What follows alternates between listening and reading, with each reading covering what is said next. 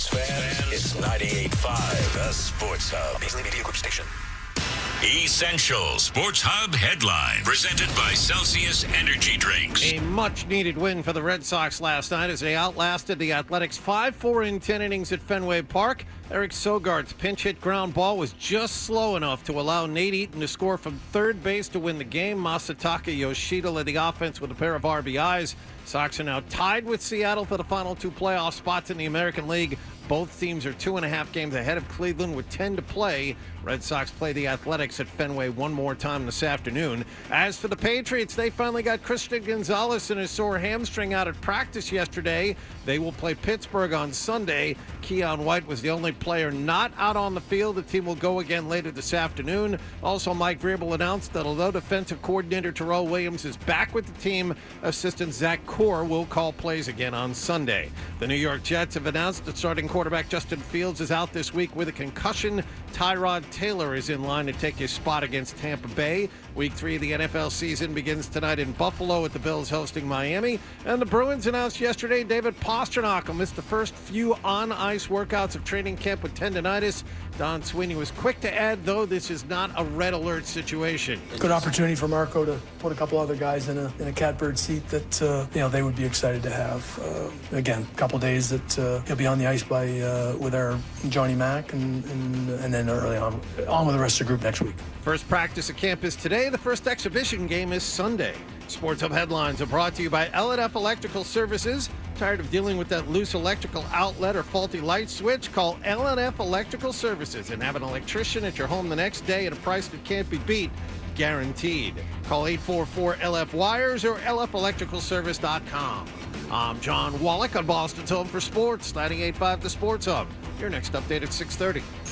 If you've got the app, you've got Toucher and Hardy to wake you up no matter where you are. Or who may or may not have been to jail. Get the app. The 98.5 The Sports Hub app. Ladies and gentlemen, I need all of you to stop what you're doing and listen. Toucher. They love the show. In fact, they said, Fred, you're the best. And Hardy. Who's Taylor the originator? On 98.5. No! Hello. Hey there. Aloha. Bonjour. How are we doing? What? I'm an animal. Can we use this for the radio? No, Nick, with your drinking at noon on Monday. Well, I tell her the truth. I miss booty. That problem is too large for the starch. You know how I feel about clowns on morning shows? Hey, I'm just saying, hello. Toucher and Hardy. Watch Daddy and Uncle Freddie. Knocking back 25 glasses of soda. having some fun. On 98.5 The Sports Hub. Let's go. Prison rapist. Going to prop that up next to the popsicle I sign? am not, Jonathan. I'm going to do that. Perhaps it's vaguely threatening because Yeah. it does bother me that if you don't know Fleece Johnson, we played him, and at first it was funny because Fleece Johnson's old now. Fleece Johnson, okay, so Fleece Johnson's this guy, and he's like, I love booty, and he's like this old skinny guy, like, and he had been in jail for a long time, and you go, oh, like, it's kind of funny. He's talking about, like, how he got married in jail, and they gave invitations to everyone. So you just are like, oh, this is nice. And then it all stemmed back from a episode of whatever one of those embedded prison shows was, where they talk to him, and he's just, like, outrageous about how much he loves male booty in prison. But even then, he's, like, kind of old. But then you start hearing stories about him, and he was like a big, like a not a small man, and he was, in jail for a very, very long time. And you could talk about how he was in jail when he was very young and da-da-da-da-da. The old man Fleece Johnson, we listened to, and we're kind of fascinated by the younger Fleece Johnson, that original clip that we found. I like you, and I want you. That guy was not as fun. We can do it the easy way or the hard way. Yeah. Oh, no. And then you think about it, it's just crazy. It's Not just crazy. It's sexy. Right. So, and then I saw these, like, videos of him when he got out of jail, and they were putting him in situations where there was one where they would just present him with a man and a woman.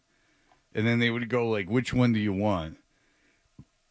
And he would like with the women more than the men, certainly. He would like lose his mind. Like he was like losing his mind. Like he couldn't keep his hands off of him. And then it just got really kind of weird. Like the whole thing just got weird. And so I started thinking maybe this isn't the funniest thing in the world anymore. Maybe this is a guy that caused a lot of pain in prison. And maybe that's why we got our 8x10. Well, there is on the Hustler Spirit website 3 pages of Fleece Johnson merch that you can purchase, including water bottles that are imprinted with the phrase "booty is more important than water." Right. So you'd be announcing that you enjoy prison non-consensual sex is what you would be saying there. I just don't understand why you would wear something with Fleece Johnson's likeness on it. Why you would wear a T-shirt with his likeness on it that says "We can do this the easy way or the hard way"? Oh, Jesus. Did you guys ever do the investigation and watch? Looking at it. You guys remember the cartoon The Boondocks, right? Yes. Yeah. Do you guys have seen the Fleece Johnson episode? Yeah. I have not. I pulled the clip and played a bit of it when we first started talking about him. Yeah. Yeah, but it doesn't do it justice, the audio. Like, You got to see it. they make him, like, they do a Scared Straight where the Scared Straight prisoners, like, trap the guys in the, like, the kids in the prison. And they just, like, basically say, he says, it's not Fleece Johnson's voice, but it's a voice actor saying what he says in a very ominous, like, scary way. Like, we're going to do this the easy way or the hard way. And it's, like, frightening. Yeah, he does the I like you and I want you. Like, that's kind of his catchphrace. Yeah, and it's like a big guy, like, snarling at the guy. And I they're, like it's you. the kids, I right? want you. There it is. Yeah. So it's, but that will be a signed 8x10. But no, I don't think I'll put the Fleece Johnson up. I'm not a huge fan of the message. You know, Look, the man did his time. I'll give it to one of my kids. Actually, Nick, bring it home for Noah. Luigi. No, he's not Italian. Stop giving him credit for My being fault. Italian. We stopped doing that, didn't we? Yep. No, My because fault. Nick did a 23andMe and he was not Italian at all. He Well, was Irish, right? Is it yeah, Irish? Yeah, like he was just Boston-y. Like, yeah, like Irish and everything else. Nothing really Italian about him. Yeah, I gotta stop that. That's right. And his father just, like, will not believe it. Just like when my friend Sebastian, we called when he was an intern for me, and in Atlanta, and we called his mom and informed her that he had been donating a ton of sperm because he's a Mensa member, and everyone wanted his sperm. And the mom was just like, no. And we're like, no, it's really happening. And he, like, was like, Mom, yeah, I did it. And she's like, no, you didn't. And now he has, what did he say, 50 kids? I think he said 50 when he was here. Like, at least that he knows about. Yeah. My friend Sebastian, he works in radio in Los Angeles, and he's got a Facebook group that he did not start, a Facebook group of his children through artificial insemination where his donated sperm. They've somehow all found out he was the father. He was at Disneyland one day doing something with the show, and 2 of his children came up to him and were like, hey, you're our dad. And then it gets to because Sebastian was an intern. I think he was still going to Georgia Tech at the time, and he was an intern for me. And he was donating sperm then. So say he was 21 years old, 42, you have sex with a 21-year-old. I mean, that's not out of the realm of possibility. A 22-year-old, that means that there's like that's that weird thing where you could end up, you know, in a situation where you're hooking up with someone and it could be your daughter, or certainly like a relative of some kind. Like, it's a lot. It's very strange when you have that many kids. But he was a young, like, white Mensa member, which is a lot of what these women wanted. Yeah. You know, he was at Georgia Tech, so they liked that, like, all this stuff about him. And so he had very popular sperm. And he didn't even get a lot for it. It wasn't even that much, but he would go twice a week and, like, donate sperm. They wanted it that badly. He was very popular. So, and in a lot of these relationships, they were like lesbian relationships. So there was like no father. So these kids were like interested in who the dad was, right? Like, because they loved their mother very much, but they wanted to know who the male was in the family. So they would actively seek it out, which I don't know how fair that is. Like, if you donate sperm, shouldn't you then be anonymous? Like, shouldn't that just be something that's, like, hidden away? Well, that be in the paperwork? How do they find it? Do they actually have to subpoena the paperwork? How does that work? I don't think they have to subpoena the paper. He talked about how they do it, but did he have an option of being anonymous, and maybe he said no? I can't remember. But it does seem like a lot that you donate sperm, the people have the kid, they get what they want. Then you're at Disneyland, and two kids come up to you and they go, "You're our dad," and you're like, "All right, well, that wasn't supposed to happen. This was supposed to be like kind of a gift for the people that wanted the child," and they went through, an envelope or an envelope, but like a dossier, like a binder of people's information, right? And they picked me, and that was the exchange, and now they're off and they have their children, and they get to live their lives being parents, and that's fantastic, but like, I'm not involved. I don't want to be involved. How often do you think that happens, that kids find this stuff out and seek out and find their father through this kind of situation? Oh, I think all the time, especially if that information's available. Is it like 80% of the time, do you think? Probably 50% of the time. Yeah. I mean,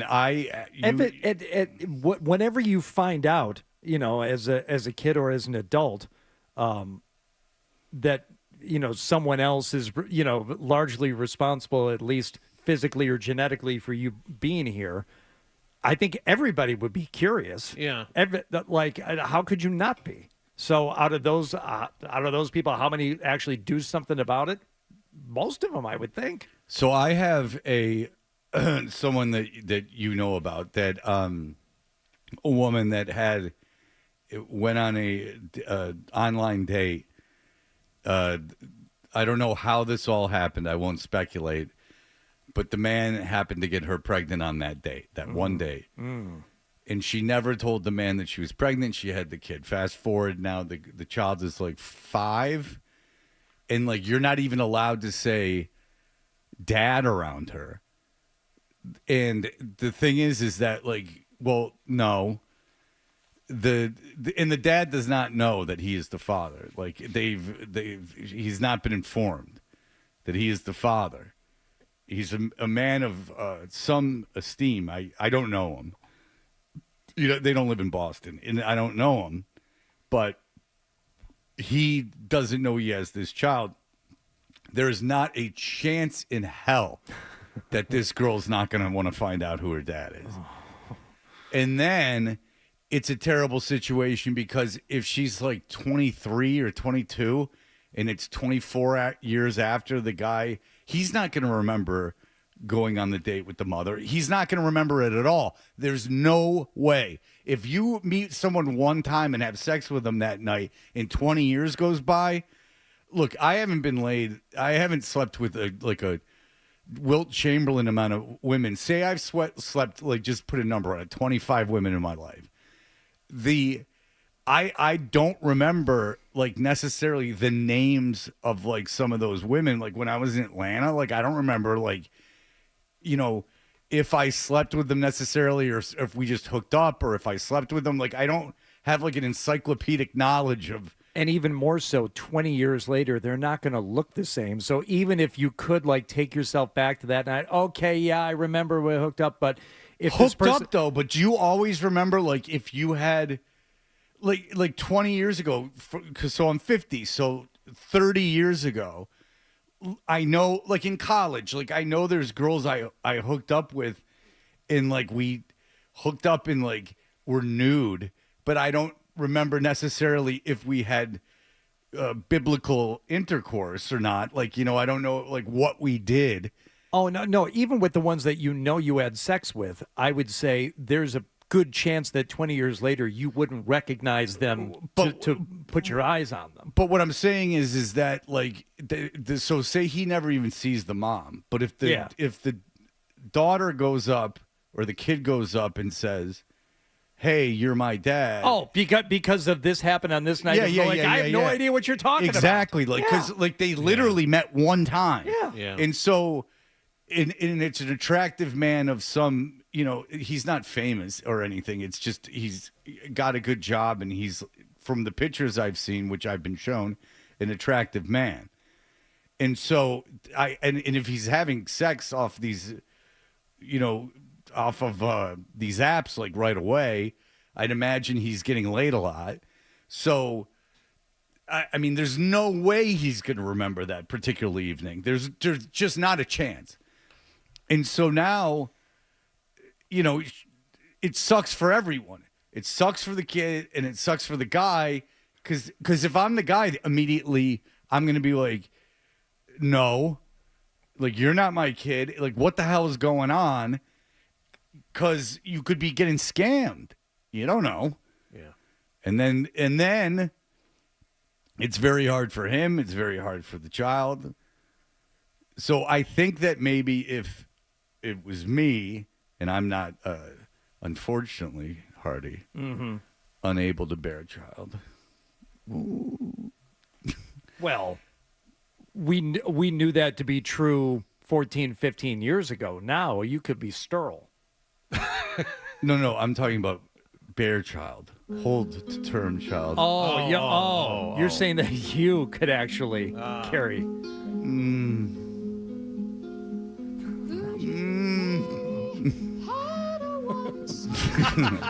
So, but like, I just don't know if it's the best course of action to go like, there's no such thing as a father. I don't know, because it just seems like a losing game. And then I imagine there might be some resentment, come you think? Come like 10 years old when they realize, what's your main takeaway from all this? Don't donate sperm? This guy didn't donate sperm. This guy, this is a separate topic. Separate topic. Well, I mean, but that's what got us down the road. I mean, it's like if you did have sex with somebody, then, No, my thing would be more with the mother just not acknowledging that fathers exist. I just think that that's building up maybe, and you don't have to say who the father is or what happened. I understand not doing any of that, but just this willful idea that like not, and it's not like it's a lesbian couple or a single mom. It's just that there's a man has in no way, shape, or form been involved in this whole situation. Like, because it's too young to say sperm, but like you're literally, and the daughter already has questions. Like, I guess is fairly often asking questions because the daughter is in preschool and around other kids. And, the kids have dads. And I understand if you don't have a dad.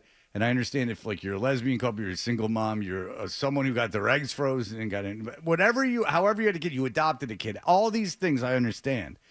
And I understand not saying who the father is. I understand all those things. But just this not acknowledging that people, like, that there's a male in some way, shape, or form at one point or another involved is, I think, going to lead to resentment. But that's my opinion. I'm not in an island here. There's other people around this that feel the same way. Okay, and that's all and fine. The only other people I know are women around it. So it also feels like you're trying to get out in front of something. I don't know what your main worry is. I don't. Dude, I've laid so many. I've slayed so many dames. Man, I don't know what I got. Killer. I don't know what I'm talking about. Yeah. Hello, Dan. Hey, Fred. Now, this sounds really familiar to a story that I heard once. So, now, it doesn't tell the father. The woman has the baby. She gets sick, drops the kid off at the guy's apartment. Guy's not there. The roommate decides, hey, I'm just going to keep a kid because I broke up with my girlfriend and I want to keep him. So, hijinks ensue. He has some unorthodox ways to raise the kid. Turns out It's the roommate's kid all along. That's right. I think this Joe is a Carr. movie, Oh, though. well, what's interesting is that this particular woman got pregnant during the same World Series game, during the very same Toronto Blue Jays game, as the plot of Big Daddy.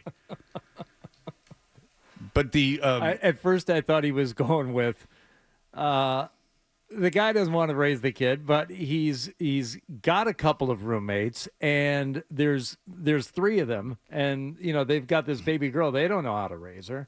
But, oh no! But there's one guy that's such a talented artist. He does cartoons of everyone in the foyer. Yeah, that's right. And between him and the architect, and they're professional. They make good livings. Right, but they don't know how to change a diaper for the life of them. No. And at one point, even one of them reads a boxing article in Sports Illustrated to put the baby to sleep. That's not Good Night Moon. Wow, that's some impressive recall. I mean, I've seen it a couple of times, but I don't remember. I used to find 3 Men and a Baby very comforting when it was on TV because it's really just a bad sitcom, like a long bad sitcom.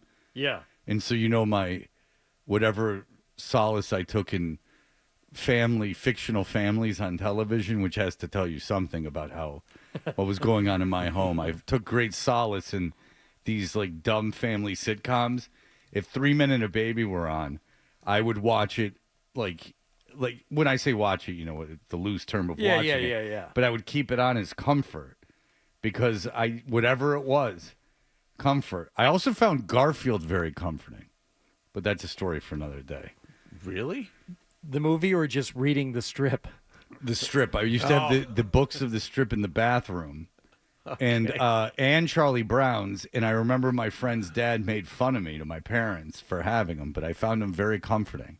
I didn't find them funny. I just found them, for whatever reason, very comforting. I think because Garfield never left bed. I thought that was like very, like a good lifestyle. And you liked a lot. You like lasagna too, so. No, Jonathan, that's not it. But way to ruin everything. Okay. Did you ever hear the story? I want to believe it's true. How Bill Murray ended up voicing Garfield? No. He was sent the script, and the screenwriter was Joel Cohen. And he's like, "Oh, Joel and Ethan Cohen. This is fantastic." He said he read a few lines. He's like, "I'm sure whatever they'll do with it will be amazing." And then he showed up and he said, "Oh, it's not that Joel Cohen." That tracks. He said he was tricked into taking the role because I've never seen the Garfield movie. I'm guessing it's not good, and apparently it's not good. But the only reason why he did it is he thought it was with a Coen Brothers movie. Oh, that's pretty funny. And it tracks because I guess he didn't have a cell phone or an agent. Like everything was done through landline. So yes. Sort of does track. All right, we'll be right back. The Red Sox played to extra innings last night. We'll discuss. Toucher and Hardy, 98.5 The Sports Hub.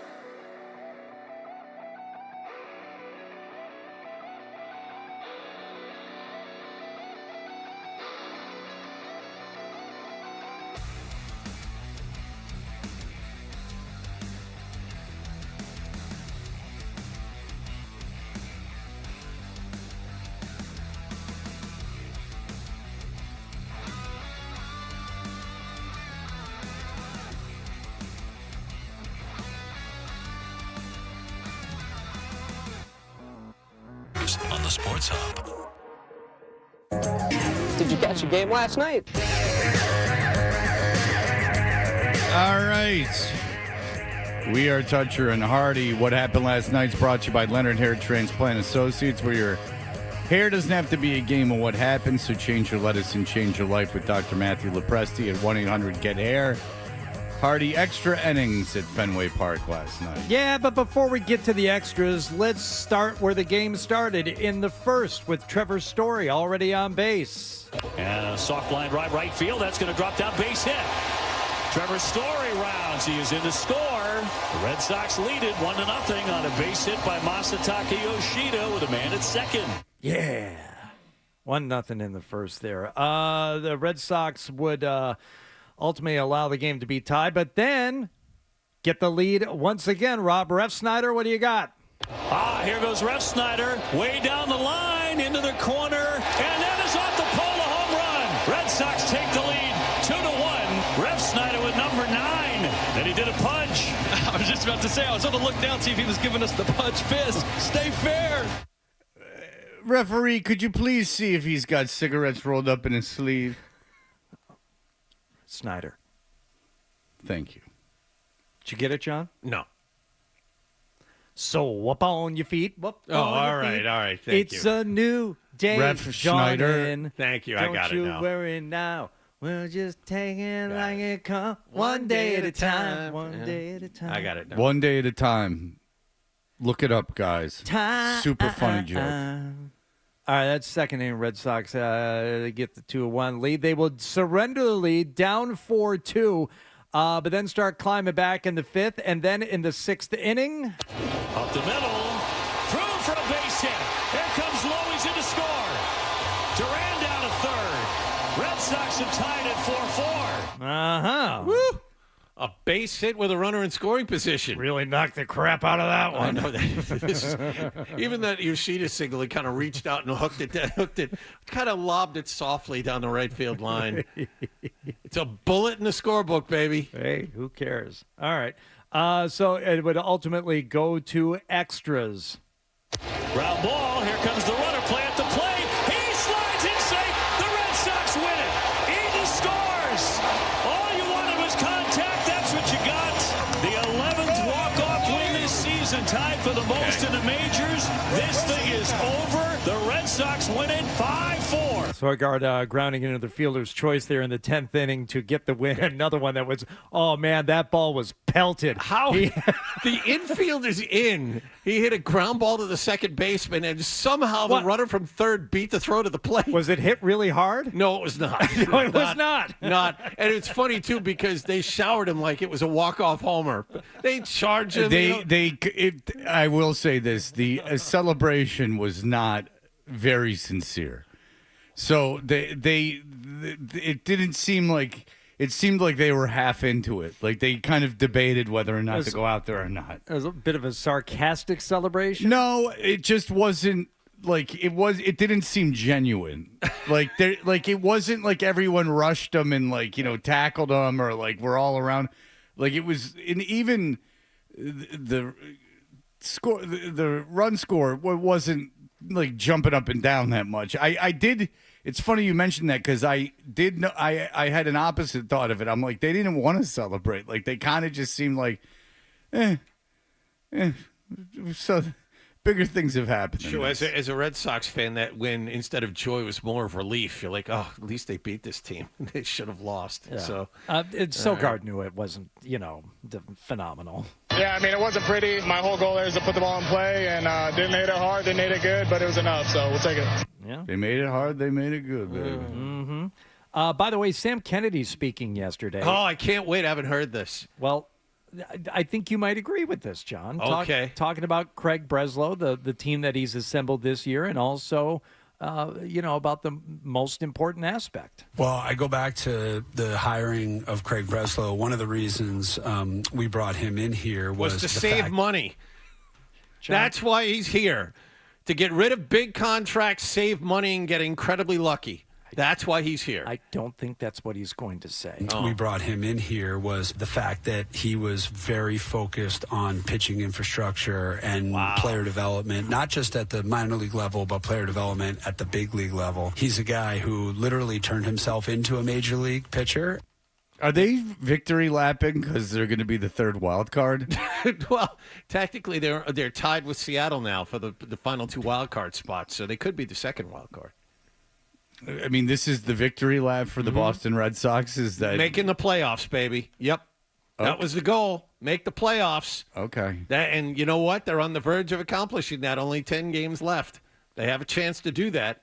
So and again, I often don't insult the Red Sox because I think it's a trope, but this is where people are at now, is that they're going to victory lap hiring they're going to brag about hiring a GM that got them the third wild card spot. That's great. I think they're really genuinely happy and giddy just about having people in the ballpark in September and excited to see the team. Got to take this opportunity to thank our fans. They've been coming out in droves, sticking with us when we weren't trying to win. Electric, a little bit more stressful than we would like for those of us who cannot control what happens on the field. It's been very stressful the last couple days, but this team has always responded and come back. So we just need to win a baseball game tonight. Very stressful that this Devers thing didn't blow up in our faces. Yeah. That was very stressful trading away our best offensive weapon for nothing. Yeah, no, I can understand how that might be stressful. Yeah, it's a lot. Although the owner probably signed off on it because look, he got all that money off the books. Congratulations. Yeah. No, it was great.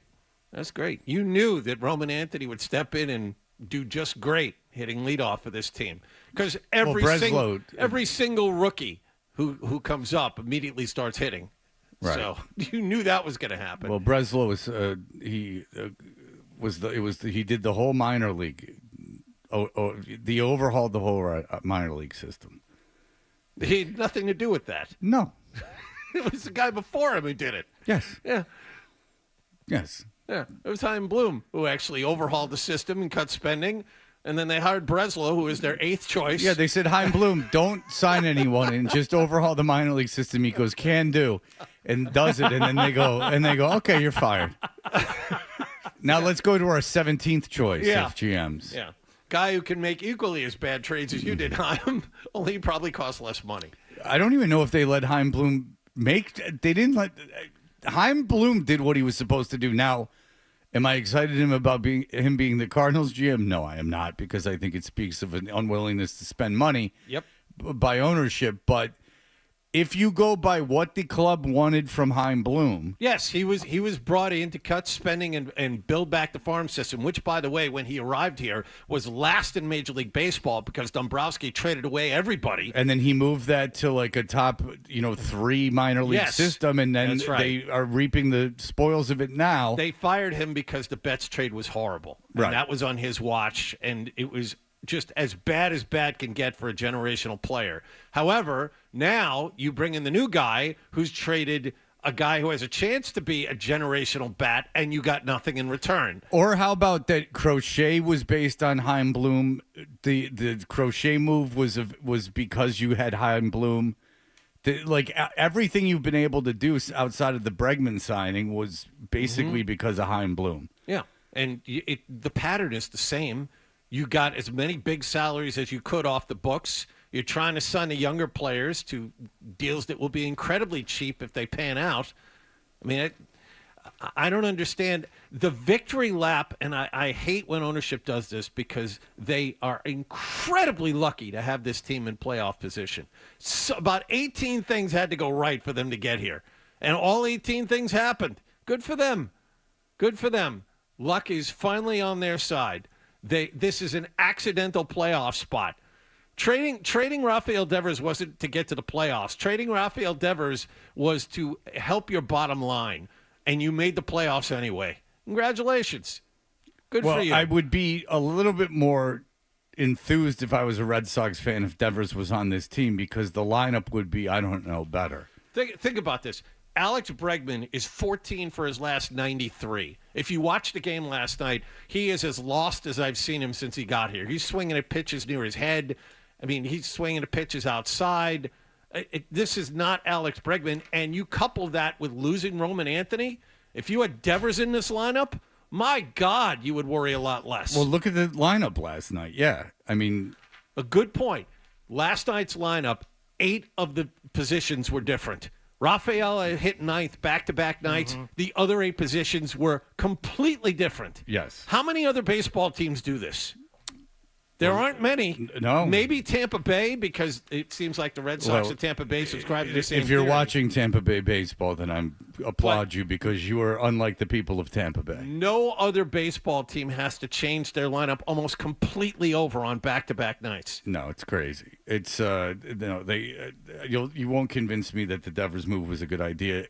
Maybe getting rid of Devers was, but not getting anything back from him was not. Congratulations. You paid all that money for Crochet, who was a sub-500 pitcher in Chicago, and he's turned into a beast. The beast you hoped he would be. But we knew Crochet was a great move when it happened. I mean, it's not like they found a diamond in the rough. I'll give him credit for trading for him, but they didn't know he was still going to be this strong in September. No, but John, I mean, but a horse of a kid that a left-handed horse. I mean, the kid. It's not shocking to me. It's not Hicks. I mean, this kid's and I know Hicks is listed as a big guy. Hicks isn't a big guy like Crochet. Crochet, I even knew. I told you that was a great move. It was a great move, and they deserve credit for it. But I don't think that he was a diamond in the rough, as you're kind of describing him as. The belief was that he was a very, very solid, if not elite, number 1 starter. That's why they gave up so much for him. And the White Sox should have gotten more. But the White Sox have a history of making terrible trades for big players. Look at the return they got for Sale. That they got for Sale. They got Makata, who didn't do anything. Struck out a ton and didn't do much. Right. And, I don't know how Kyle Teal has done since he got promoted, but I don't think it's a lot. Well, if you're not following Kyle Teal, that's your own fault. But anyway, Red Sox ownership taking a victory lap is humorous to me. No, I don't like it either. I don't know if it's so much victory lap as just they're just giddy because they didn't expect to be in this position. And I know that was before the game last night, but after a game like that, when you're, in the laboratory coming up with your lineup for the night and trying to cobble together a win against the Athletics, and when you get one, they're like, hey, this is okay. I mean, did you see where we were 8-10 weeks ago? I didn't think this was going to happen. This is great. This is fun. There are people here and excited to watch this team. This is great. That's fair. Let's take a break. We'll be right back. Here are the headlines.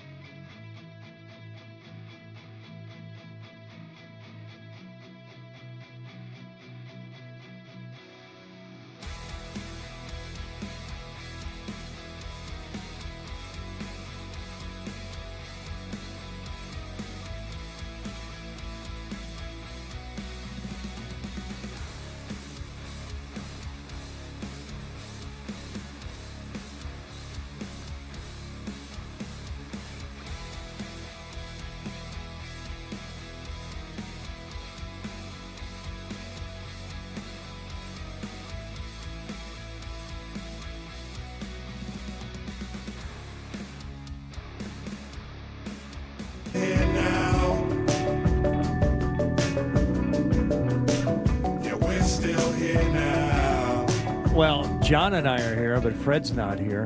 Where'd he go? I don't know. right. He left. Okay. That's all right. We got stuff to talk about. Where do you want to go? I want to talk about the exciting news from the Patriots. It's not just Christian Gonzalez being spoken about as a possibility to play. He was at practice yesterday, and he was talking to people.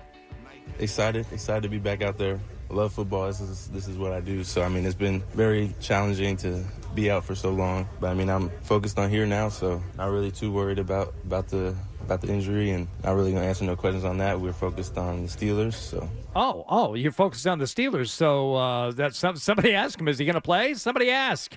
Do you plan on playing this Sunday? I'm focused on today.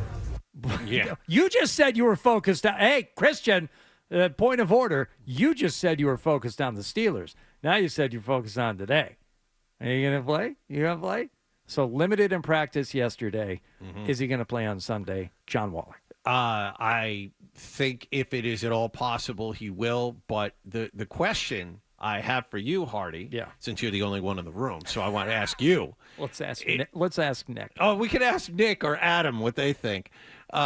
If you're the Patriots and this guy's been out 7-8 weeks and with a hamstring and he just came back to practice, if he physically is able to play on Sunday and you feel good sending him out there 5 or 10 plays, do you?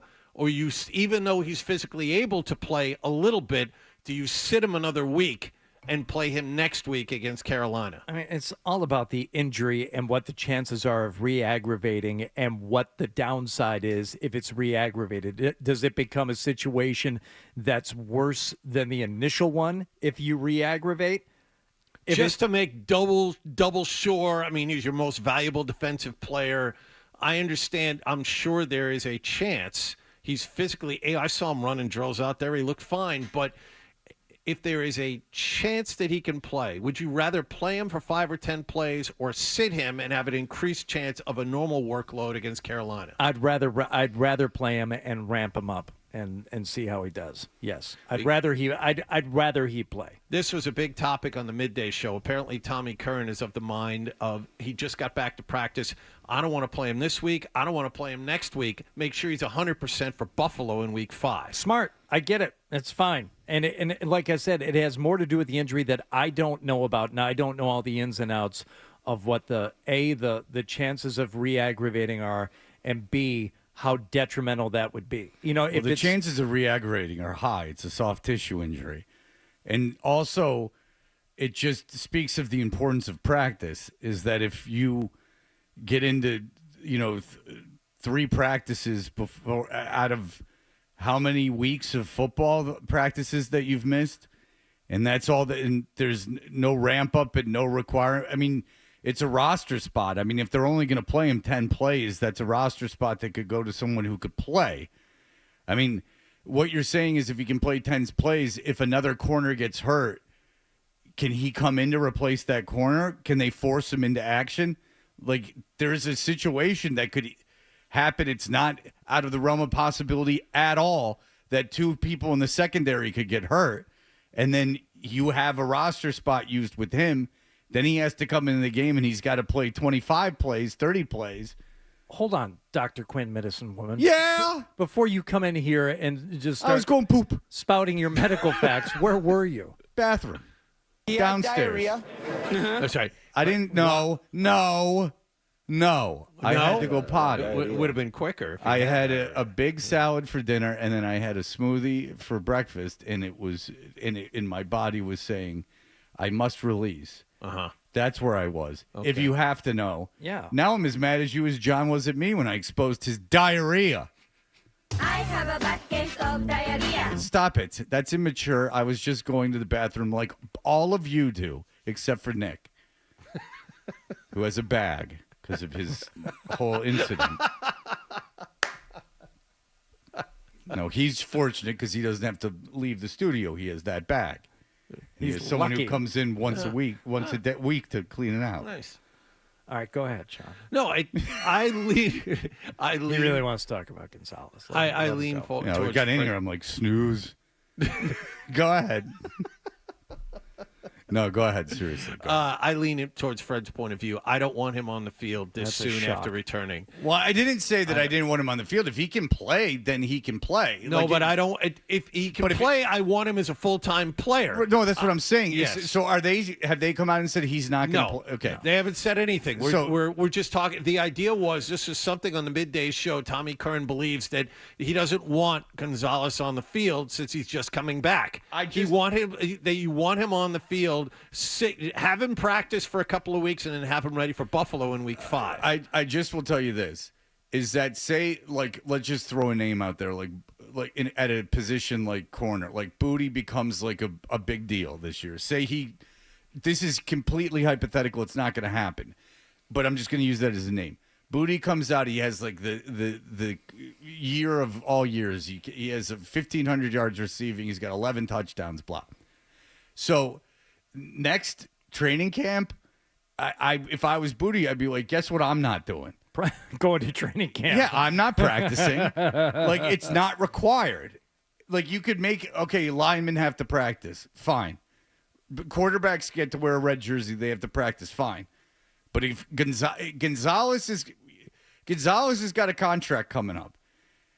If he's not practicing, then it's not required. And the other thing is we just saw Sauce Gardner basically take last year off and still get paid a lot of money. No, Sauce Gardner would not tackle last year, and that is not a joke. And Sauce Gardner is tackling this year, and he's got a contract. Now, look, Sauce Gardner's not built to tackle in the NFL. Deion Sanders didn't tackle in the NFL, I understand. But, it was embarrassing how much he was avoiding contact last year. Now, he'll still grab a jersey like there's no one's business. Would you break a finger that way? But, he would not tackle. He would not engage in physical activity. I'd be afraid of grabbing a jersey and accidentally grabbing the undershirt, those stretchy, comical novelty shirts that so many of the receivers and running backs are wearing now, because when that thing stretches and then it snaps back, ooh, I bet that would smart. You know what I'd be afraid of? If reaching my hand out, maybe grabbing a genital, and then I'd be gay. I don't need that happening to me. Maybe. I mean, you touch a pair of balls, and then you're like, and then the next thing you know, you're ball crazy. More supple than I thought. Yeah, now, I didn't realize I love balls so much, and now here I am, a big ball lover. That's my concern. You get those hands in there, you get yourself all homosexual out. Balls. You can say that because the FCC don't care about that no more. If you need to go to the bathroom again, you can. The FCC doesn't care about those kinds of things anymore. They've got one thing in mind now. All right, very good. We will be back in just a moment. More Dutcher and Hardy on the way on the Sports Hub. At Boston Logan, they're building the airport of the future for you today from upgraded terminals with better Wi-Fi.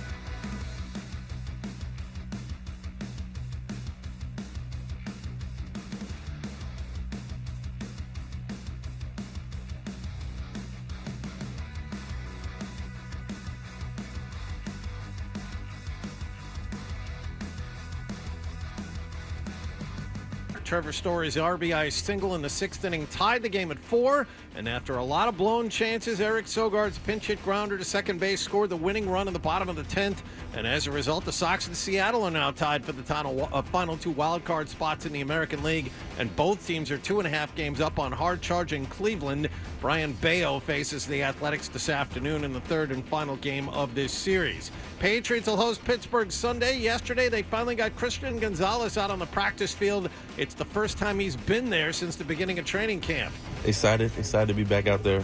I love football. This is what I do. So, I mean, it's been very challenging to be out for so long. But, I mean, I'm focused on here now, so not really too worried about the injury and not really going to answer no questions on that. We're focused on the Steelers, so. He was listed as limited at the workout. Keon White, the only player not on the field at all. Mike Vrabel also announced that defensive coordinator Terrell Williams is indeed back with the team and around, but assistant Zach Core will call plays again this Sunday. Week 3 of the NFL season begins tonight in Buffalo. The Bills host Miami. They are 11.5-point favorites. And the Bruins announced yesterday David Pastrnak will miss the first few on-ice workouts of training camp with tendonitis. The first practice at camp is today. The first exhibition game is late in the afternoon on Sunday. Sports Hub headlines are brought to you by Mass Energy. Stay safe and warm this winter with your local home heating oil provider, and learn more about bioheat fuel at massenergymarketers.org. I'm John Wallach on Boston's Home for Sports, 98.5 The Sports Hub. Your next update at 7:30. And he scores! What a blast by Pastrnak! The Bruins play here. My buddy and me. With friends like these, I climb up a tree. you know. We're the best friends you can be, my buddy and me. Now, more of your best morning buddies, Dutcher and Hardy on the Sports Hub. On the show, on her show. That wedding date, we're getting close. We are. Yeah. It's supposed to be wedding bells for the gang in December. But we'll see if that ends up happening. But Charlotte Wilder had on her podcast was going to have Jordan Hudson on. And what's interesting about that is usually you'll book a guest and maybe you'll have a phone conversation. That's even rare. But you'll exchange text messages, certainly. And maybe even like, what are we going to talk about? Just, I could see Jordan Hudson going like, what are we going to talk about? And you go, oh, well, I thought we'd talk about this. Not to get approval, but just to have that conversation. Now, that would be rare, but that could happen. But what was happening and what was so unique about Charlotte Wilder's experience with Jordan is not only didn't she come on, but she would call Charlotte and like have these long conversations. Like she needed someone to talk to. They were at odd times, like a Friday night, like these odd times. Like the phone would ring and she'd pick it up and it would be Jordan Hudson, like just either complaining, she would be sad or about whatever was happening, or she would be combative. Like it was weird. And they didn't try to book Jordan. Tried to book herself with them. That's correct. She cold called Charlotte Wilder on like a Friday or Saturday night, like late. Yes. Yeah. That's what I was saying. Friday night, right. So that was the Friday night phone call. So Charlotte Wilder has her podcast, and she was talking about something else that happened with Jordan, and it's very interesting based on. She could have been right up there with Corey Feldman and the fat guy from Conan O'Brien. Andy Richter. Thank you. Andy Richter, the household name that is Andy Richter. Here we go. During Dancing with the Stars Good Morning America cast announcement on September 3rd, a Fifth Harmony singer, Lauren, she revealed that she found out she would compete on the show with Brandon Armstrong only 2 days prior. I mean, it's like, who does the Fifth Harmony woman, why is she so beholden to that media company? If you're from the Fifth Horizon, what was the name of the Fifth group? Harmony. If you're from Fifth Harmony, why aren't you running for president? I mean, at some point you can. I mean, how much exposure do you need, Fifth Harmony? I mean, name. I dare you not to be able to name 75 Fifth Harmony songs. I mean, they're so big they have the Sixth Harmony. They've got 5 hits. Never heard of Fifth Harmony my entire life. Oh, Camila Cabello was. I know her, but she's in Fifth Harmony. Oh, I know her from her solo work. I know her from when she was in Nirvana. And formerly Camila Cabello until her departure from the group in December 2016. Wow, so she's been out 9 years and they're still a thing? Wow. 9 tough years if you're not in Fifth Harmony anymore. They were the Menudo of the 2016. Right. And signed to Simon Cowell's record label. Wow. Yeah. That one. What's that called? All right, well, listen. V-neck T-shirt. You might know her. She's the Taylor Swift of the Fifth Dimension, or whatever the hell the name of the band Fifth Harmony. is. Fifth Harmony.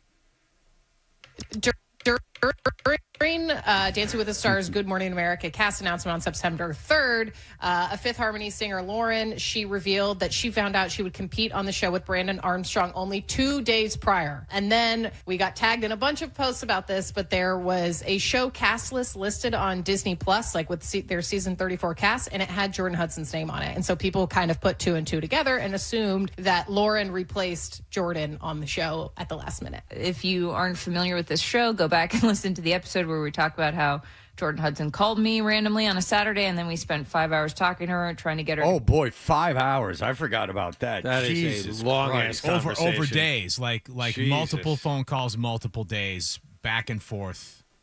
Really weird. That's like pretty sad. Yeah, if you think about it. And by the way, Jordan Hudson would have been very smart to do Dancing with the Stars, and I'll tell you why. And I'm not being sarcastic. Is that because then she would have done something. Like, she would have done something. Like, now, okay, you were on Dancing with the Stars. You danced for an audience of 600,000 that probably watch it now. But at least there would be a credit, right? Like, you've done something. You've done something that conceivably people could have seen. You know, your pageant career, I don't mean to be disparaging. And I hope I don't get sued.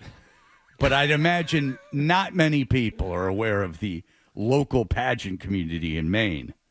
And even if you want to be, it's impossible to get I do need to be policed here. Is that too crazy to say that? No, but just tread lightly. Okay, thank you. Because sometimes I go off half-cocked.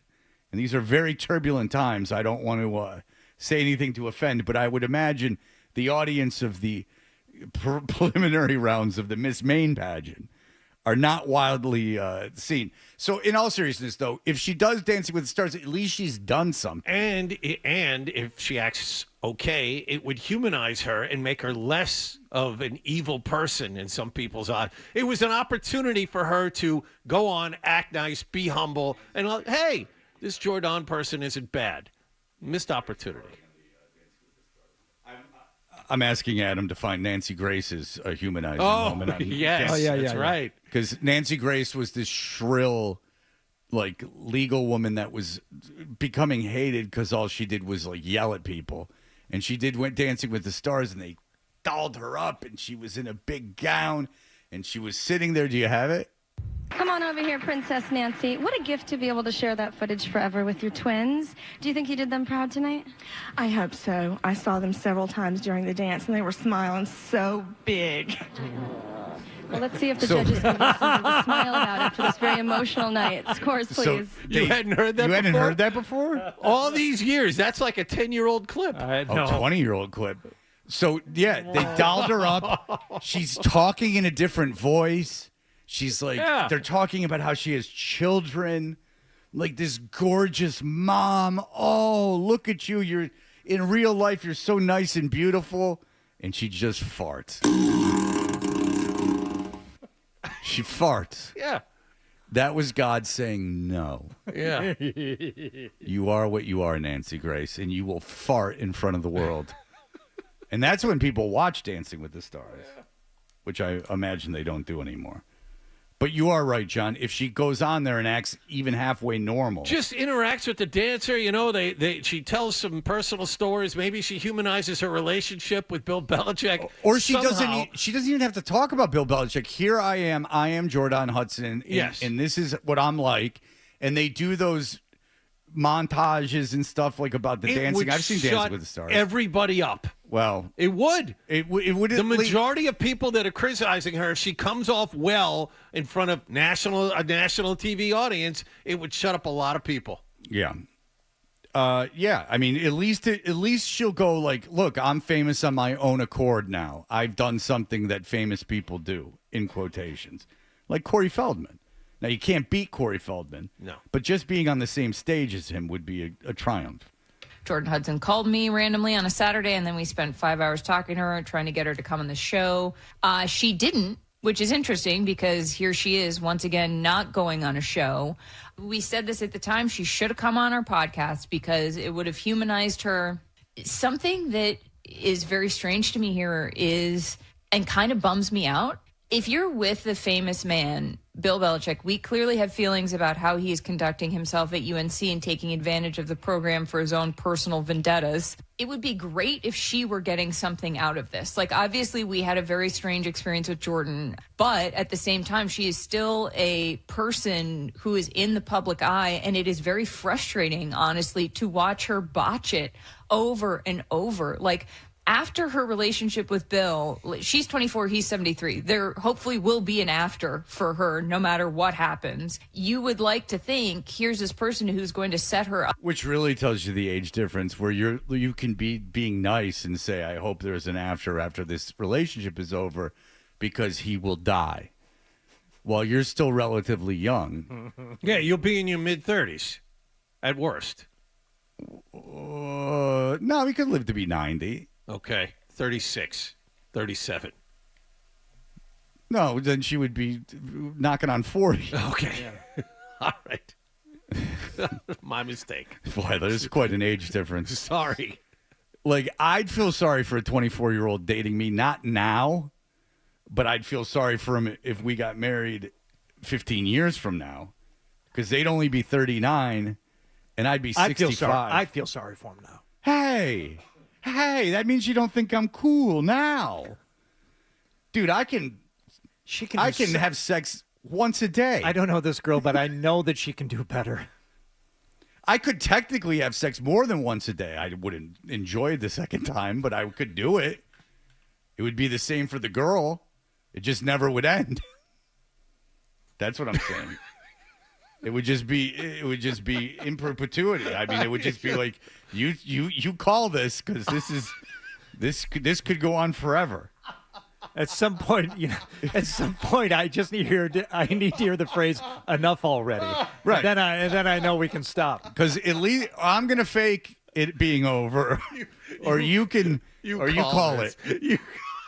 What do you want?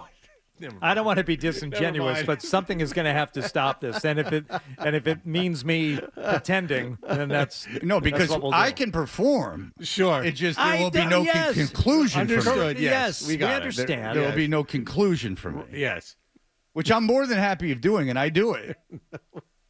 But I'm just letting you know, if I was being completely honest, which I have yet to be, I would say, look, I got one of these in me a day. Right. Even if I was alone, there would only be one of these a day. I mean, this is a futile effort. I'd have to have saved up for a very long time, I'd imagine. I'd have to go like a month without. And, I can't. I can't do that. Right. Because it's just being thrown at me. Up for success using this powerful man. Like, why not? And instead, it seems like she is afraid to, maybe not afraid, she's reluctant to do anything publicly. She'll get close. She almost came on our show. She was announced at one point to do this, and now she's not doing it. And it's like, just do it. You get something out of this, because right now she just looks like a mouthpiece for Bill in a way that she isn't getting equity for herself, for her future. And by the way, remember that notion when they first started dating was like, you get it, girl, you get it. Like, that went away quick. And it's not even because of her, it's because of him. You learned very quickly, there's not a lot of social equity with this. Like, you get him, girl. Like, this fame is never going to be what you want it to be. He's not like a guy that is beloved. and you are attached to someone now that is a very divisive person. I don't know what she wants anymore. You know, She wants to be famous. Okay, here's your chance. You go on Dancing with the Stars. You will be famous. I wonder if Bill told her no. I highly doubt it, because that would remove him from the cuck role. I don't know how much more of this we're going to get to. They describe why. Okay. They describe why she said no, and this all goes back to, well, then I don't know what you want. Go ahead.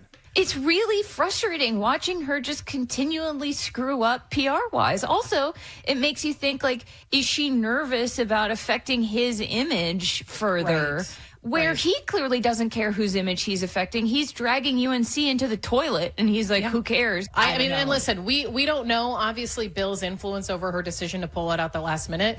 I actually think... Well, Bill doesn't have to make that decision. Dust don't make you pregnant. I actually think there's a world, I mean, maybe Bill had something to do with it, like him saying you can't do that. Sad, dusty ejaculate.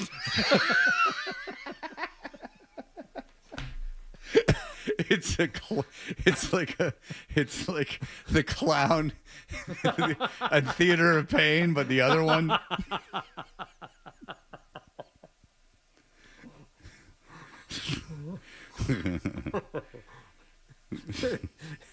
It's like talcum powder. It's like Marcel Marceau when the flower dies. I actually think there's a world, I mean, maybe Bill had something to do with it, like him saying you can't do this, you can't, I mean, who knows, obviously. But I actually think, based on our experience with her, I feel like she was the one who just at the last minute was like, I don't want to do it. For whatever internal reasons, just knowing like how our experience went with her, and it felt like she was going to come on the show, and then at the last minute she essentially pulled out a different situation, that it feels like it was her just being like, I don't want to do this for whatever reason we don't know. All right. Well, she was going to be on Dancing with the Stars, and that would have been fun to make fun of. There was speculation. I don't know if they touched on it in this, because obviously we gave you an abbreviated part of it, but we were doing research around it. There was speculation that, as with other things, right, Hardy? Like, yes, this is what I was getting to. Too much creative control. Too much creative control. She didn't want her storyline, because it's not just about the dancing. You got to get the backstory of all the dancers. And she said, my backstory can't be about my relationship with Bill Belichick and all the controversy surrounding our relationship. Why? Because that's not what she's about. Now, what are you supposed to be about? From her other conversations with Charlotte, apparently she wants it to be about her business acumen and her pageant career. But you're not going to get famous over that, because to my knowledge, you have no business acumen unless you call it being a shrewd businesswoman, hustling $8 million out of your elderly boyfriend so that you can buy properties in and around Boston. And the pageant career consists of finishing third in Miss Maine. It's not going to make you famous. What is making you famous is your relationship with Bill Belichick. So if you don't want to lean into that, then you're not going to be famous. Yeah, not if you're the way that you want to be. If you're the producers of that show, you can't have her on unless she's talking about Belichick, because let's play it out. So I'm in Nebraska, and I don't know what the hell's going on, right? Like, I just want to watch TV. This is what I watch. The audience for Dancing with the Stars, I'd imagine, is very old and very like non-coastal, right? So I turn on the TV. I don't know who Jordan Hudson was, and let's play it out. Jordan Hudson is a pageant competitor who has competed in many pageants. And she is someone who has a PR firm called Troubled Cub that has Bill Belichick as a client. Not Troubled, it's Troubled Cub. Yeah, Troubled Cub. Troubled Cub sounds like a cub that's going through some adolescent, Troubled issues. Cub is what I said. And so, so I'm sitting at home and I go, huh? What's going on? This isn't fun. Why is this nobody on this show? Now, if they go, Jordan Hudson is married to the winningest coach, more six-time Super Bowl winner Bill Belichick, who's currently the coach at UNC. They met on an airplane and da-da-da-da-da. Then you go, oh, this is interesting. You know, how weird is this? He's so gross and she's young. So, like, if you're the producers, no, you can't come on and go, like, you competed in pageants. I have to at least like frame you as someone noteworthy. Like you're just giving me stuff that is very basic that makes you a nobody. Like you on your own are nothing. Yeah, like, and that's not even being mean. That's like, I got a show to sell, lady. Like, I can't be just talking about like competitors in local. And Maine's not even really a state. And no, like honestly, like even if it was like I competed in like Miss New York, I guess, or California, maybe that wouldn't even make it, right? But like even like Miss Maine, like ugh. No, you give it 5 people in. Given Maine. those choices, I'll go with the second most famous person from Fifth Harmony. As opposed I to mean, you. they replaced her with like a real loser. But at least you can say they're in a singing group or we're in a singing group because they've done something. Right. I'll tell you this. If I was on, this is how bad it is. If I was on Dancing with the Stars and you were watching television and it was me and Jordan Hudson, I'd have the better story without Bill Belichick in her story. He's been on radio for 30 years. He, had controversy, and they could play the CNN thing with the Tim Tebow. Like, it would be lame, and people would go, wow, he sucks. But it's better than she has a PR firm and competed in a pageant. She's been out of school for 2 years and started a PR firm. She went to a school but didn't graduate. She went on to form her own business that no one knows about. She was in a pageant that no one cares about, and she didn't even win it. Yeah, like my story's better than that. Wallach's got a better story. He's divorced. He had a big, gross tumor in his head, and he managed to overcome that to be out here dancing today. Yeah, you can't hear the music, but here he is. He's jazzing it out to the vibrations. All right, we'll be back. The Bruins met with the media yesterday, and John and I didn't have to go, so that was nice. We'll be right back.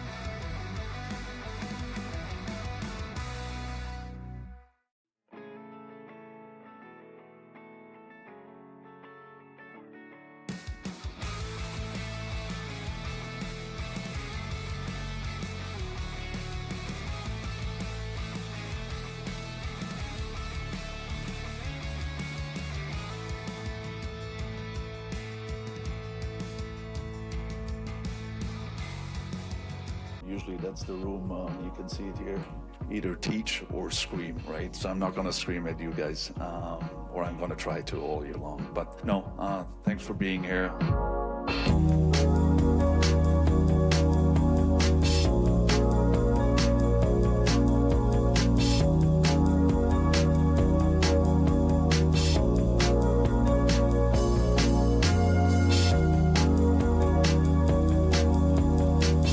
Hey, we're Toucher and Hardy. The Boston Bruins met with the media yesterday. But first, there's breaking news. Justin, go ahead, Justin. Hey, so I was watching Monday Night Raw with my wife yesterday, a couple days late on Netflix, and I couldn't help but notice that Jay Stu was sitting in the front row in his Kowloon shirt. He's waiting for John Cena to hang up the jorts this year. Now, did he have his own cage? Now, this has happened before. Is that Jay Stu not only will be in front, but he'll be surrounded by barricade, in that he is the only person in between these barricades. Like, they've fashioned, so he's not attacked in a loving way. He's not overwhelmed, bothered or overwhelmed by the audience. Or was he just in a regular seat? And I'm being serious. No, so he was in pretty much a regular seat out amongst the folks of Springfield, Massachusetts. Yeah. Springfield. Brutality. You know, used to spring is Leaping Lenny Poffo. Or Popo, or whatever the hell his name was. It's Poffo. Poffo. He used to go, "Here I come, whoosh," and then splat. He'd give him a splash.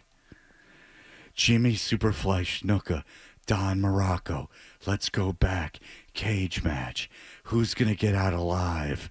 Not Don Morocco. He had raked Jimmy Snuka's face against the coils of the fence in the cage. And Jimmy Snuka was bleeding. Was he done for? Not yet, fool.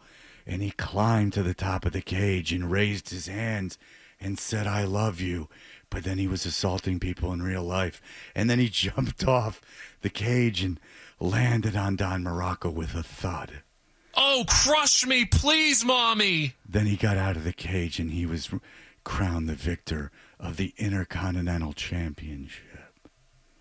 Oh, yeah, of course. He couldn't win the real belt because Hogan had it. R.I.P. We'll have a lot of fisting. No, I said that nicely. R.I.P. I meant that. Rest in peace. I know what you meant. Yes. All right. So Marco Sturm speaking yesterday, but let's get to, I guess, the news yesterday.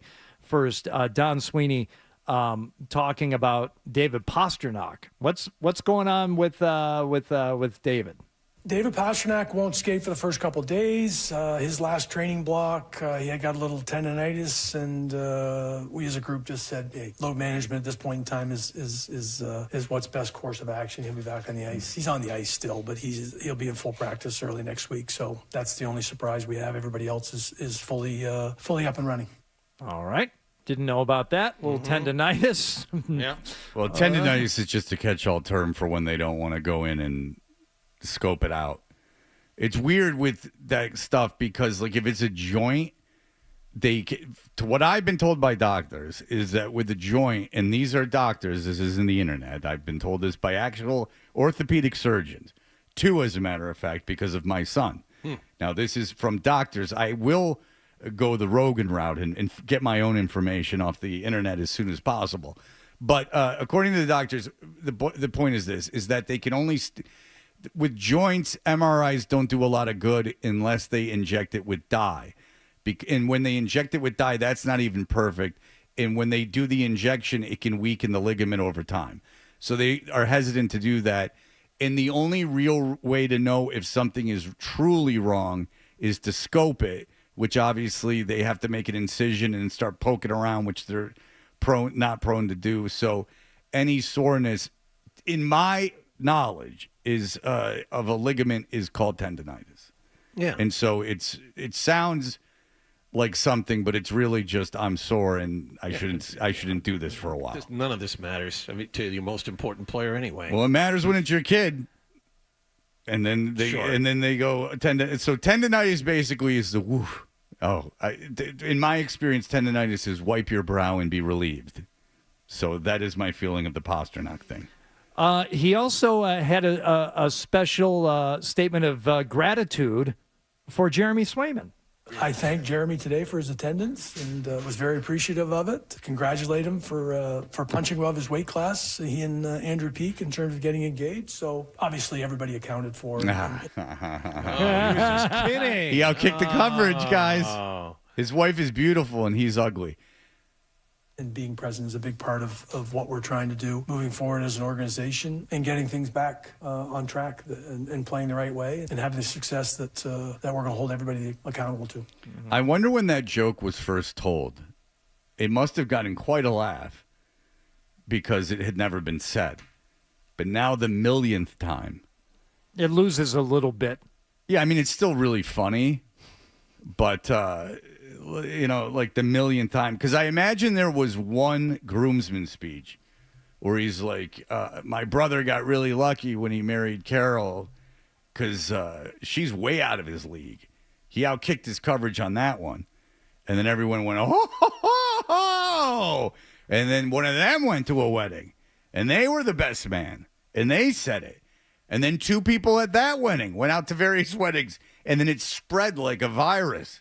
Until now, where it maintains it being very funny, but it is still said. But it had to have happened, like there had to be a Big Bang Theory of that phrase, where it happened at a wedding, and then it just sprayed out like the universe. The origin story. The origin story of, I would like to know, I wonder if there's some guy who's like really pissed off, like, I invented that. Yeah, I was the first one to say that. I was the first one to say that. I said that Phil and Deborah's wedding. There's not just Marco Sturm. There's another old Bruin who's back. This one escaped my attention. For him to be coming back to join us and to impart the leadership and a mentorship role, advisory role, I think is really exciting for the Do you know who he's talking about? Sean Corrali? Nope. Organization. He has his David own Krejci? Nope. Off away from the rink that he's going to continue to pursue at Chara? Yes. Huh? Yeah. Zdeno Chara back in a advisory role of some kind? Is this like a Pedro Red Sox type of This is like role? a Barry Sanders Lions thing. No, apparently he wants to become part of the front office. Apparently he wants to evolve this into something legitimate. I evolve into something legitimate. Pull up. Pull up. My father used to stretch me out in the back of the home. That's a true story. That is true His story. father is a wrestler. He's a wrestler. Yep. And there were no child law, so he would stretch me. And now I run marathon, and I do pull-up. How many pull-up? Pull-up till pass out for 3 days. Father! Father! I am doing a pull-up! Father! Your boy is strong! Your boy is strong. I always felt bad for him.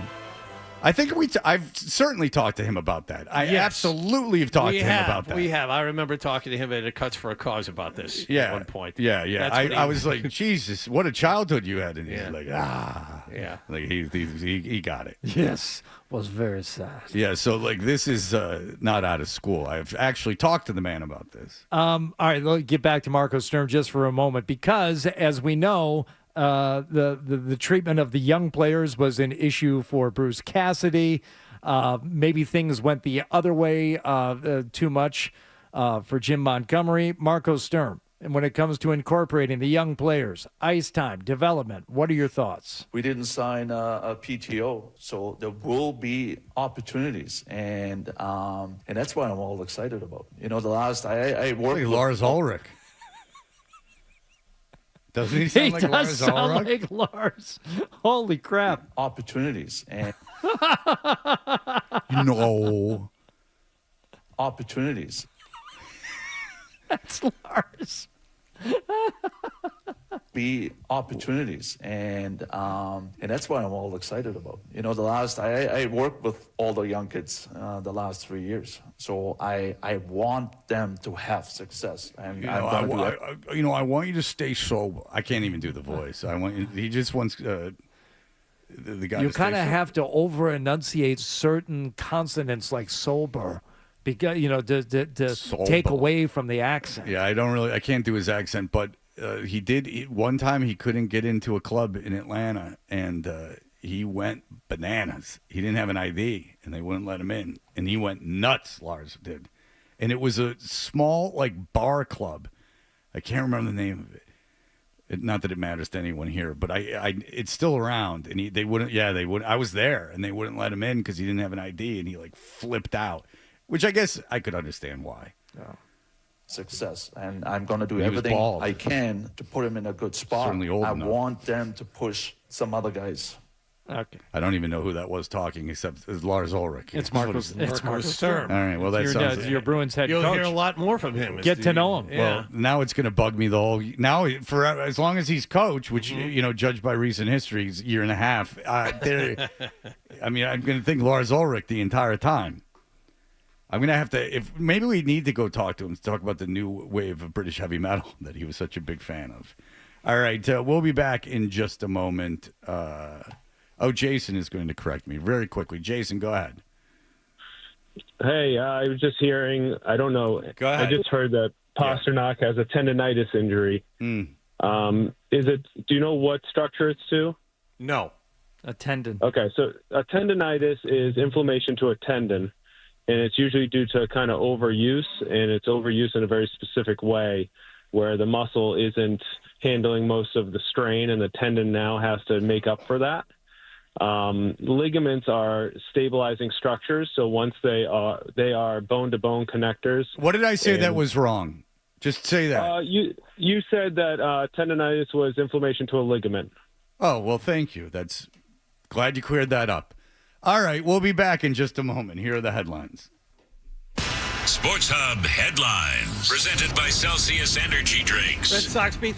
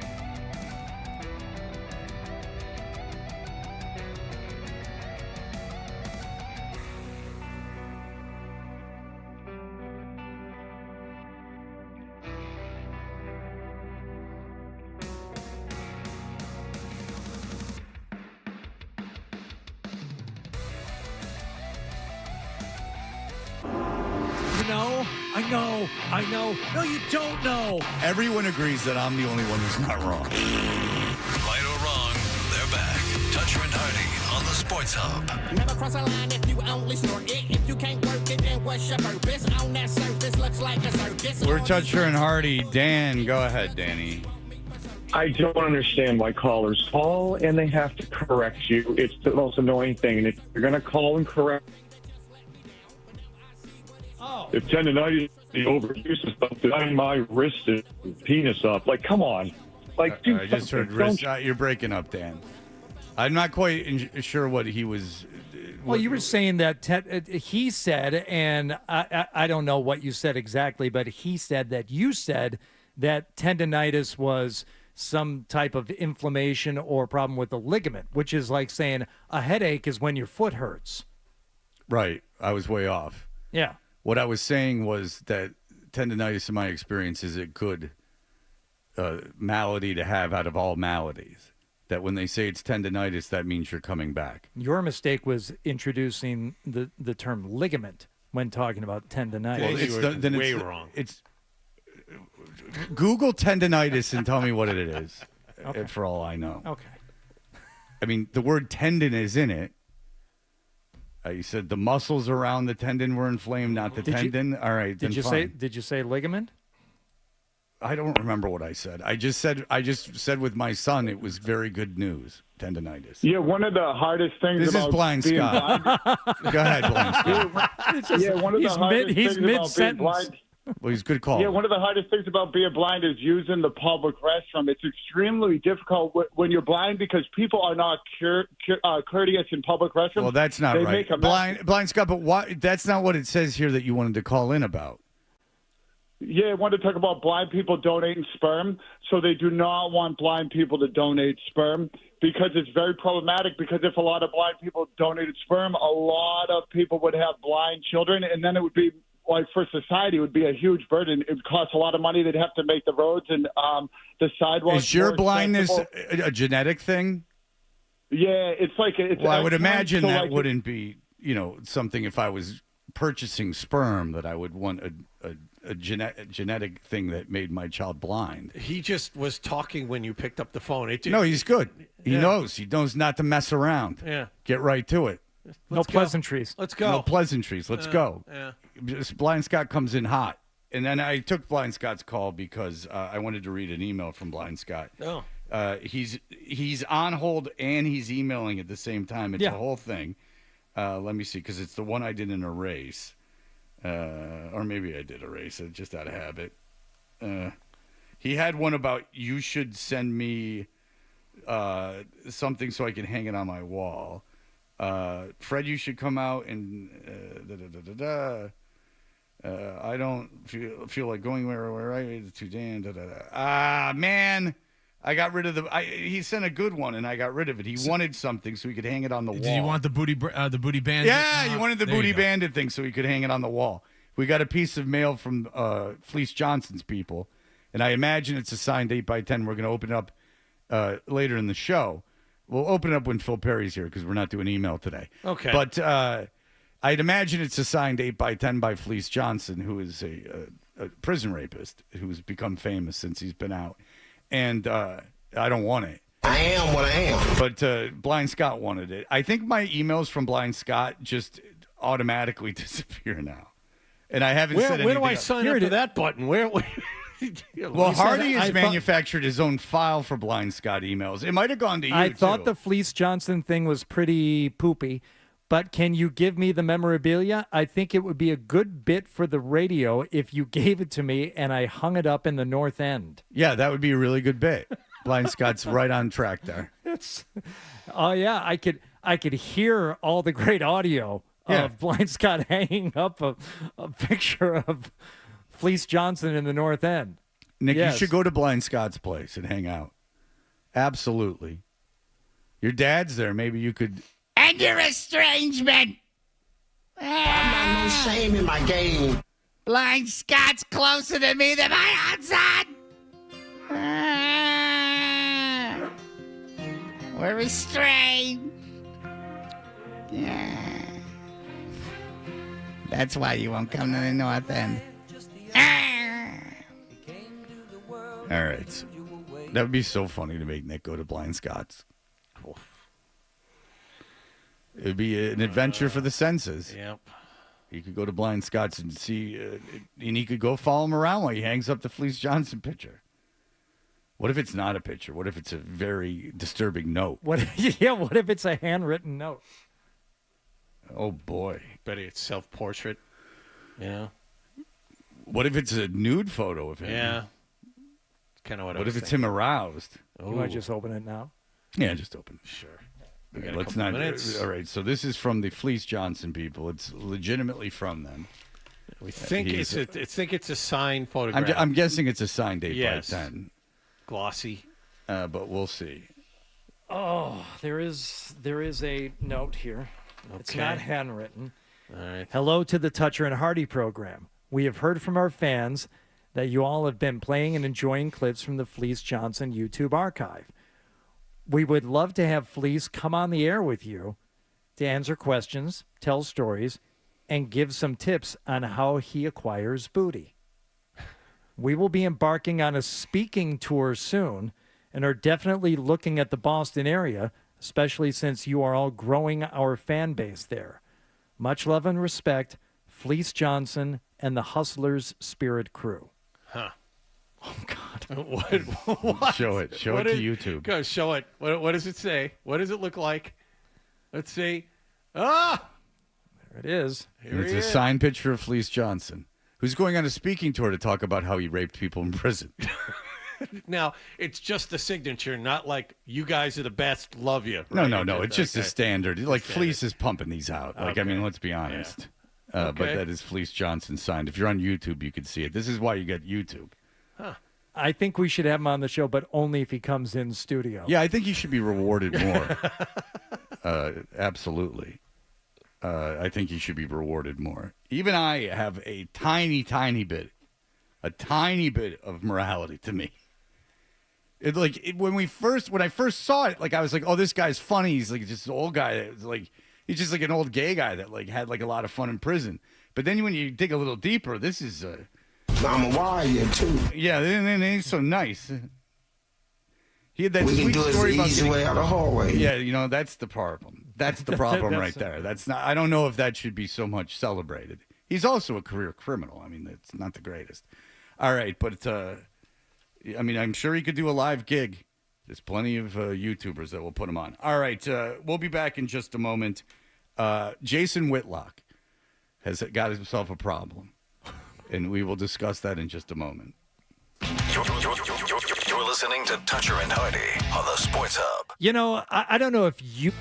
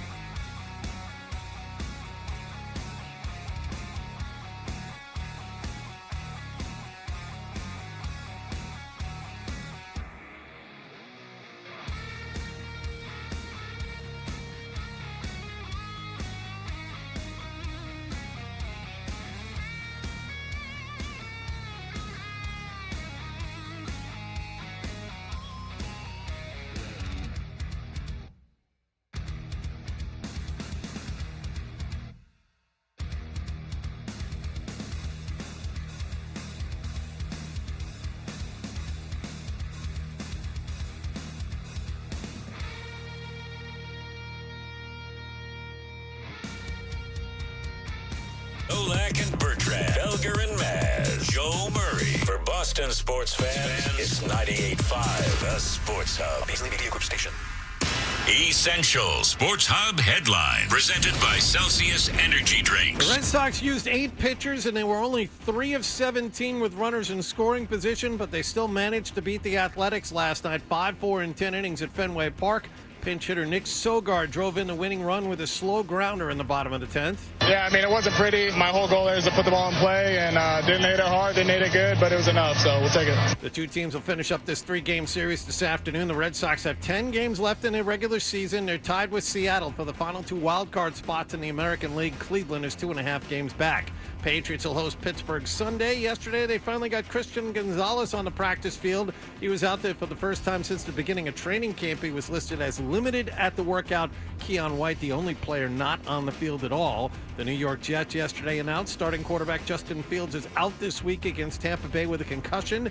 Tyrod Taylor is in line to replace him. Week 3 of the NFL season begins tonight in Buffalo. The Bills will play Miami. And the Bruins announced yesterday David Pastrnak will miss the first few on-ice workouts of training camp with tendonitis. He's expected to join the full crew at the beginning of next week. The first practice of camp is today. Sports Hub headlines are brought to you by AZEK Exteriors. For over 25 years, AZEK has delivered low-maintenance, enduring beauty that outperforms wood. AZEK won't rot, keeping your home better protected. Don't cut corners. Use AZEK trim made in America. Visit AZEK Exteriors or azexteriors.com. I'm John Wallach on Boston's Home for Sports, 98.5 The Sports Hub. Your next update at 8:30. Here's Pastrnak, high slot. Right circle to Zaka. Sends one across. McAvoy shot, and he scores! The Bruins play here. Fred, what's it like to work with Hardy and Wallach? What a golden ticket I've gotten. There you have it. Toucher and Hardy resumes on the Sport. It's brave that they're out walking around. I truly think this. And, I would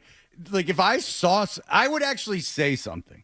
If I saw someone, being you're in my way, to, a blind guy walking down the street or, a blind guy in the bathroom, I think most people would actually say something. That's where you step up and say something. I had tell me what you think about this, and then we'll get to Jason Whitlock very quickly. So I picked my daughter up from school. It's a real crap show at her high school, picking her people up. It's I don't know how over the 75 years that high school's been there, they haven't figured out a way. North or south? I don't know. Why don't you give her location out? Okay.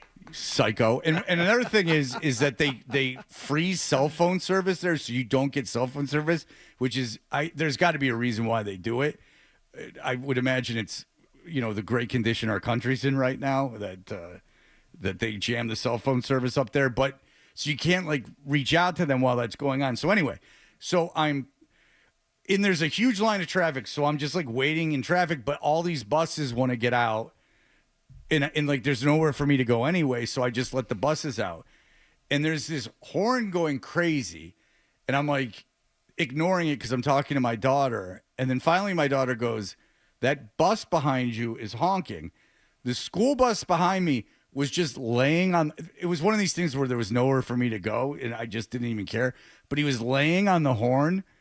And then I started thinking, should a school bus driver just be laying on the horn? Doesn't seem like something that happens all that often. I don't know that I've ever heard a school bus use its horn. Especially since I was letting school buses go. I was in a line of traffic, and I created basically an artificial box. For those of you driving, that box of crosses on the road, the square with the cross in it, that is if there's a line of traffic for you not to stop there. That is correct. But 90% of people, I truly believe, don't know that is what that's for, because I get honked at for not moving up the 6 inches. It's to prevent gridlock. Yes, it's to let people out of the parking lot that they are most likely in, or whatever their car is in. It's for them to move freely because there's nowhere for you to go. It's designed. There's nowhere for me to go. This 8 feet of space is designated to let a car through. That is right. what they're there for. Yeah. That is the law. There's one that I go through every day in Canton, and people in front of me all the time will stop their car right in the middle of that box with the big X drawn through it. It's you're not supposed to stop there. Well, in fairness, they need to get that 6 feet. You better have a kid coming or someone dying. I tell you that. If you're in that much of a hurry, you better have a good excuse. But anyway, I figured since I was letting buses out, and this guy's a bus driver, might be Team Fred on this. Might one. even give you an attaboy. Yeah, these are your people. Right. I'm letting them all go. There's nowhere for us to go. I'm letting them go, but he didn't like it. Maybe there's a competition amongst the bus drivers to see if they can. Now, my daughter doesn't even have the option of taking the bus because apparently we are within the realm of there's no school bus route. You're closer than 2 miles from the school Yeah, or something? something like that. Yeah. She can walk there conceivably, but if I have the time, I'll pick her up. Yeah. Why not? Why have her walk the mile and a half? But I found it very strange. It was leaning on the horn. And then what are you going to do? You can't yell at the guy or give him the finger. He's driving the school bus. And then you're the guy. Then people start taping you. And then you go viral on the internet for being the bus guy. Well, someone who goes viral often segue is Jason Whitlock. And we played this yesterday, but it's a quick clip. And it made me laugh out loud listening to this yesterday because every guy, obviously, when he sees a woman, if he's heterosexual or not, goes that woman's attractive, or even would be wow, that woman's really hot. I'm having feelings of amore in my body. It's how we're designed. I am led to believe, so we continue the species. But there is a point where, with the internet and getting older and having had sex, that the draw of the woman on television does not rile me up. I don't get crazed sexually at the thought of a woman on TV. Now, ESPN, when I was 15, had the Kiana Tom show on, and I defiled myself repeatedly to that because I believe it was designed for that. That's why it was on the air. I don't think it was really. They could have had a workout show without a woman in a bikini, doing incline presses with a big focus on her chest. Remember they tried that? The next show was who? Do you remember? Corey Everson? That's correct. Yeah, that was that was a poor man's Kiana Tom. Yeah, well, that was the point. If you don't like it this way, we're going to give it to you another way. Well, so if the disappointment when I would get up at noon and those shows would be off the air, I would have to move on to the Vicki Lawrence show. Right. But it is funny of me thinking Jason Whitlock watching these women on TV and going pulling it on to the TV. And this is Jason Whitlock talking about the woman that just left First Take. With the announcement that Molly Karam is stepping away from First Take, I think it's now the appropriate time to talk about her first ballot induction into the Sports Eye Candy Hall of Fame. Now, what Jason wants is you to be offended by this and say you're objectifying her. No, my whole thing is that he's playing with himself to these shows is what it sounds like to me, which to me is a hysterical visual of big fat Jason Whitlock sitting there going, TV. With commercials. Yeah, he's getting fully clothed women. He's in a chair with one of those grabbers. He's like, Kleenex. She is a first ballot inductee. There's no question about it.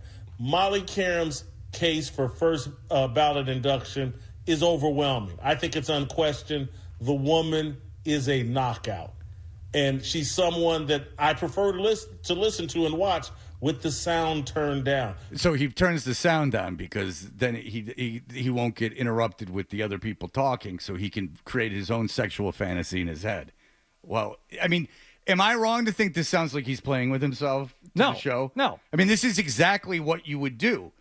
I am sitting here, I'm being so aroused, I'm turning the volume off so I'm not distracted, so I can really immerse myself in this and play with myself, which is an adult man in the internet age, even if you're just at home, that the woman on TV is ooh, porn right here, infinite amount of porn in my left hand right now. The stranger, this would not be the stranger because I'd be holding the phone in my left hand, but this right here is a conduit to every porn ever made. Yet here we are watching First Take and turning the volume off so we could go. And he also wants you to get mad that he turned the volume off because then you're like, you don't even care what she said, blah, blah, blah. But there might be a reason. There's definitely a reason now in talking about origin stories and what place Jason Whitlock might be in his life right now, you have to go back a year or so when he had some backlash over something that he had seen on ESPN. He made comments about it, and then he really talks about himself and his own struggles. This week, the sports and social media industrial complex has a big problem with me.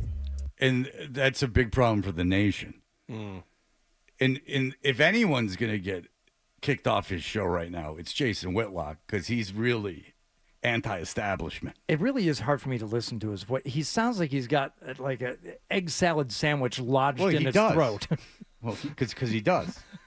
It's a good call. Caught halfway down. It might be liverwurst or tongue, depending on if he's feeling frisky. This week. And a tongue sandwich, not a tongue, I because that would require a partner. Yeah. This week, the sports and social media industrial complex has a big problem with me. I complained via Twitter about a sexually explicit advertisement that ran atop ESPN's webpage when I was perusing the NFL standings. Okay, so he's just innocently... Now, this is a guy that yanks it to conceivably to ESPN shows, but he goes on to look at the standings. This is a non-yank period. This is research for the show. He's working right now, and he doesn't need to see some sexually charged ad on the banner. He had complained about a sexually charged ad on ESPN, which is not hypocritical at all, because yet here he is yanking it to sports reporters. Maybe he just wants it that way. Maybe that's why he yanks it to sports reporters, because he doesn't like the porn. At this point in his life, it is a problem, Fred. It was a Temu ad hawking birthday cards. The text read, "Deep inside me is a great way to spend your birthday." My tweet caused the internet to melt. My critics rushed to ridicule me, claiming I didn't understand the targeted advertising is a reflection of my internet activity. Yeah. Okay. Your tweet broke the internet. Or what you say is that, I mean, you said you couldn't be... Play the thing where... This is what it doesn't matter, because it doesn't even matter when you expose to people. But play what he said about how he couldn't be around the woman at Fox. Like Jason Whitlock literally couldn't be around a lady because all that would happen is that they would fall into a torrid sexual affair. Keep your distance. Yeah, I know what I'm capable of. Right. So this is a guy that can't even be around a woman.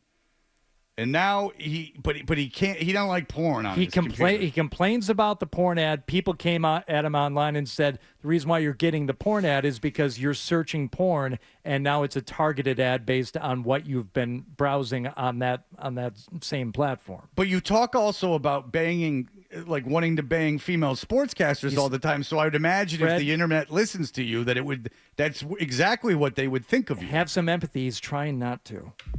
The post has more than 24 million views, more than 5,000 replies, and nearly 5,000 retweets. What a victory for Jason Whitlock. Wow. And how much does that make you? Nothing. The New York Post. He got in the Post. Yeah. What an accomplishment.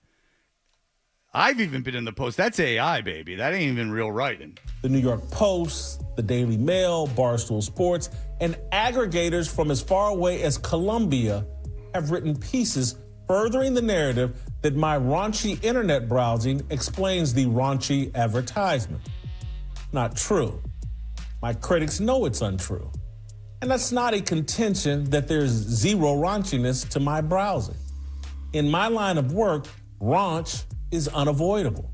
If you want to keep up to date with P. Diddy, Sexy Red, T.D. Jakes, Hunter Biden, George Santos, Donald Trump, Deshaun Watson, and some of my former friends, you got to get in the mud.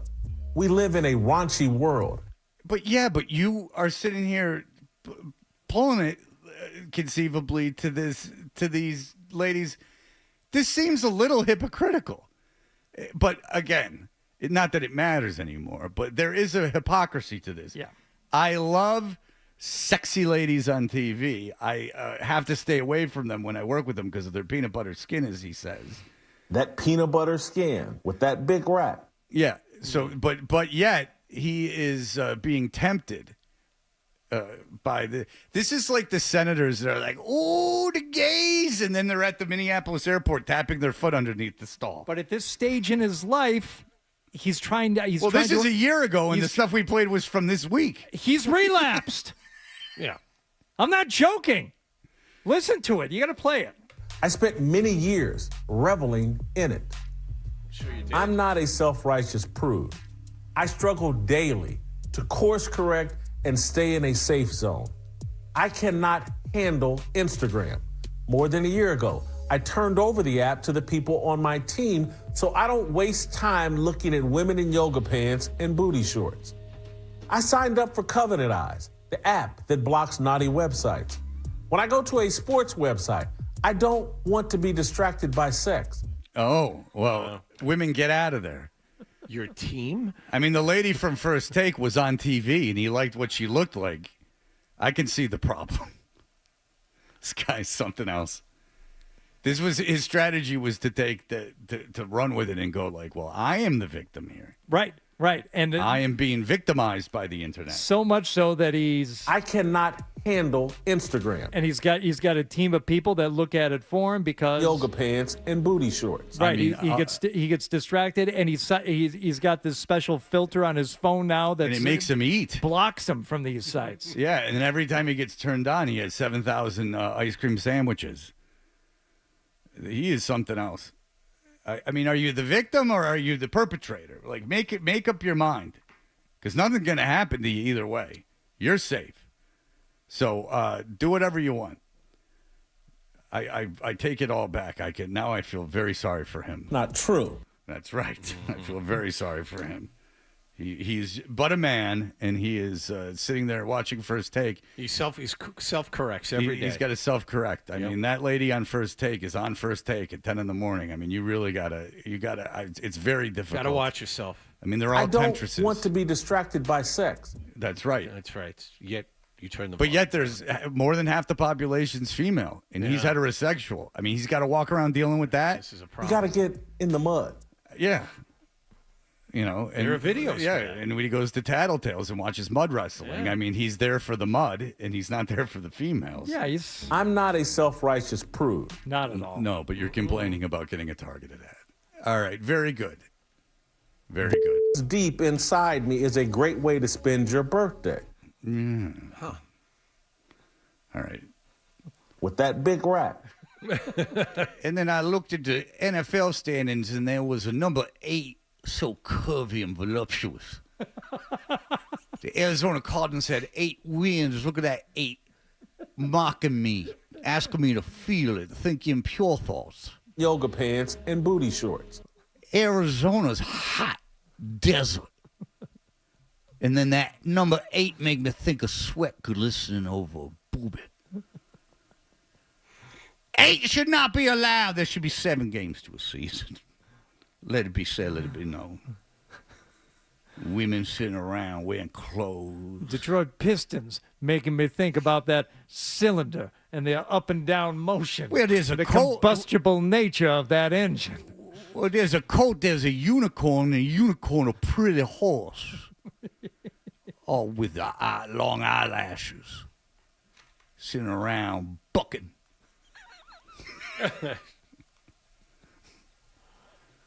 There's a patriot. He got that big phallic hat on. Look at him. He's got a big point to it. What you gonna do with that point? I don't like it. 7-game NFL season. Get rid of that 8. Just looking at it. Curves. Gosh, Showing off with I your got curves. I got a check the other day. $808. Turned it upside down. Said boob. Said you're tempting me. Almost. Oh yeah, $8,008. I ain't a mathematician. I'm just offended. All right, very good. Jason Whitlock is a national treasure, and he's constantly putting himself out there in positions where he could be canceled at any moment. Yeah. All right, we will be back in just one moment with Dave Richard. Toucher and Hardy, 98.5 The Sports Hub. Oop.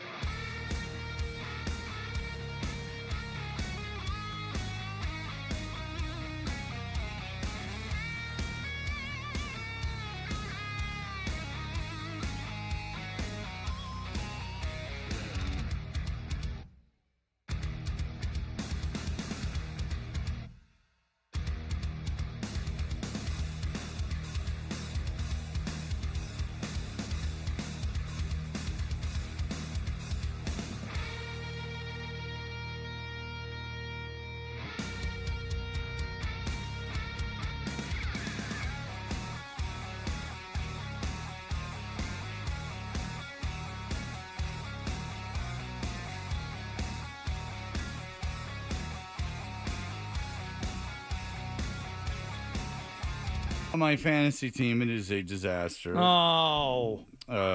Justin Fields did not perform well last week. I will have. Well, I mean, he got hurt, but I don't think he was about to turn it around anyway, even if he hadn't have gotten hurt last week. I mean, he had 17 yards passing, so I imagine he could have turned that into something great. But Tyrod Taylor, I look forward to have a huge fantasy week this week. But in all seriousness, there are a lot of backup quarterbacks playing now. With the injury to Burrow, there's Fields' injury. There's a bunch of injuries to quarterbacks. Sure. What should fantasy people do? Is there any backup that you think could have potential, or is there starters that aren't taken in many leagues that people should look into? I would start with Jake Browning, who we saw a 7-game sample size in 2023. He took over for Joe Burrow. Then he was fine. And it's really because he's throwing to Jamar Chase and T. Higgins, and he's a competent thrower. And so as long as that's the case and he doesn't run into a tough of like really hard matchups, I would imagine that Jake Browning can get you through some tough times at quarterback. Matthew Stafford's another one. He's been throwing the ball really well through the first 2 weeks of the season, and he's got a couple of great receivers, Puka Nacua, Devontae Adams. Tough matchup for him this week. I wouldn't love him this week against Philadelphia, but I do think that he's got potential to help you out too if you're in a quarterback lurch. Michael Penix didn't play well last week, but I think he still has a live arm and could do well. If those guys are taken and you're looking for a quarterback, I think you're in too deep of a league and you're going to have to make a trade. Just don't give up a lot for a quarterback in trade, because you can usually find somebody, even if it's one of the guys I just mentioned, on the waiver wire. All right, what are you thinking about? What running backs have disappointed in this season, and what are the solutions? And do you think it's long term? Well, throw a rock and hit a rookie running back, and you found one. They've all really disappointed. Ashton Genty is still one of the leaders in touches at the running back position, and I think he'll turn it around sooner than later. I don't love the matchup for him this week. He's more of a number 2 running back against Washington, but we've seen flashes from him. But the rest of them, Hampton, Henderson, R.J. Harvey, man, it's really hard to start those guys with any semblance of confidence, knowing that they're not getting not necessarily the full workload. That's certainly the case with Henderson in New England and Harvey in Denver, but they're not efficient. They're not doing the job that we thought that they were going to do. And so overhyped before the draft, and then they end up being players that you just can't start at all. If I was stuck and I needed a running back, that's when you absolutely have to go and make a trade for.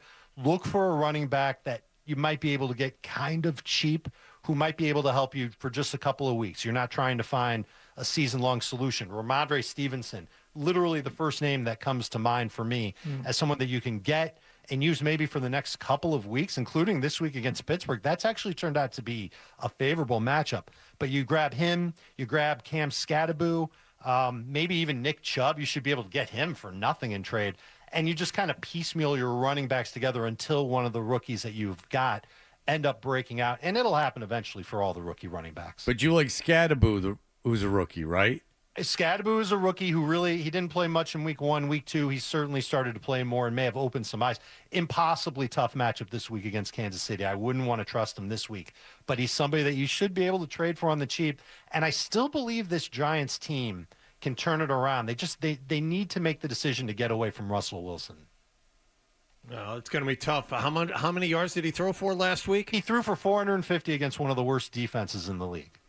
That's true, but at the same time, you're telling me he has no value whatsoever despite his big week last week? And Russell Wilson in terms of fantasy? Yeah, for the next week or two? None. Okay. There's no way I'm expecting him to do anything close to that against Kansas City. Okay. The Dallas pass rush is non-existent. Their secondary is not good. The scheme isn't very good. Start Caleb Williams this week, by the way. That's who Dallas plays. Russell Wilson, when he's pressured, he goes into the fetal position. It's terrible to watch. Yeah, he's not good. All right. You watch every game. Who's the worst team in the NFL?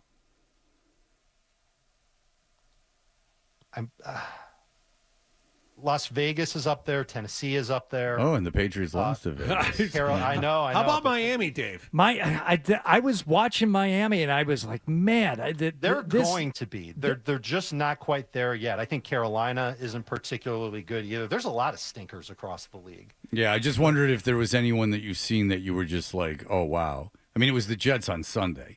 But they played Jets well on were the Sunday. The Jets were the worst on Sunday. But the week before that, they were okay. So I wasn't sure if they were the worst. Like Cleveland played well in week 1.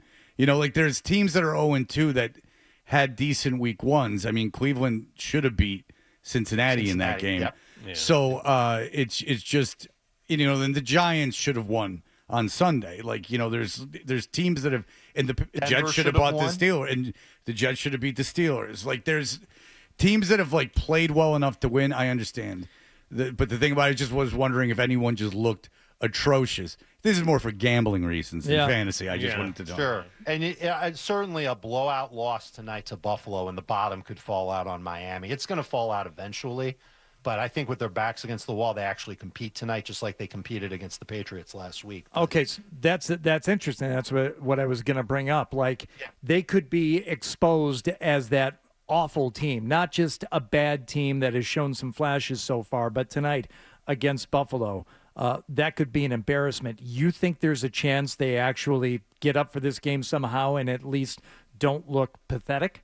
Yeah, because the players play with a lot of pride, and there are a lot of good players on that team. We can talk about how that team is coached and how they run their offense and how weak their secondary is, but there are a lot of prideful players on that team, and I don't think they want to get depantsed in front of the entire nation by a division rival, whether they love their coach or not.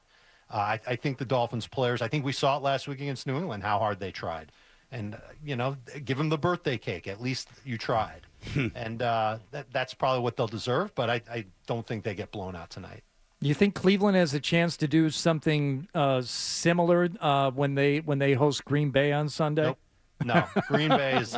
You want to talk about one of the best teams in the league? Sure, let's talk about that. I mean, they've looked amazing to me in their opener against the Lions. Well, yeah, and then with the way the Lions took care of the Bears makes the win all the more impressive. Yes. Yep. You have to, like, Dave, as someone who watches all the games, the week-to-week overreaction. I mean, the overreaction to the Lions' performance against Green Bay, and maybe Green Bay's just that good. I mean, are they that good? Is their defense that good? Yes. Okay. Period. End of story. They have the best pass rush in football. They've also been schemed exceptionally well when you watch their secondary play. They just have an amazing ability to match up perfectly with whatever the offense is running against them. And it's working out great for them. Somebody's going to come along and find holes in their defense.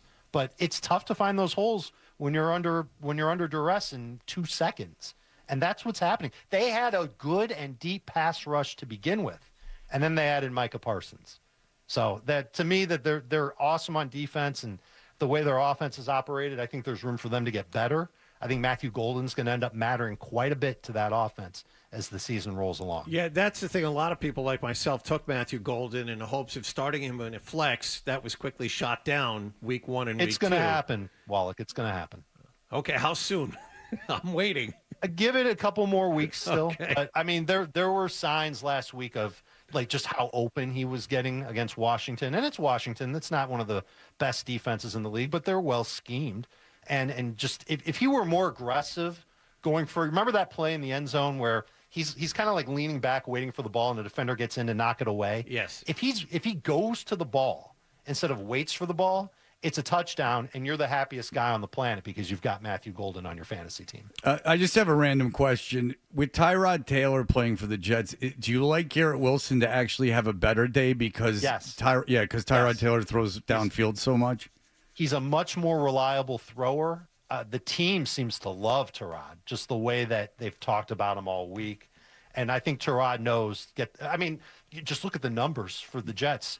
Garrett Wilson has a ton of targets. I think the next highest guy in terms of targets is Breece Hall with 7. And then there's like 4 guys tied with 3 targets through 2 games. Well, the Taylor kid, the tight end, hasn't done anything, and they don't have another receiver. So, Right. I mean, like they have their running backs.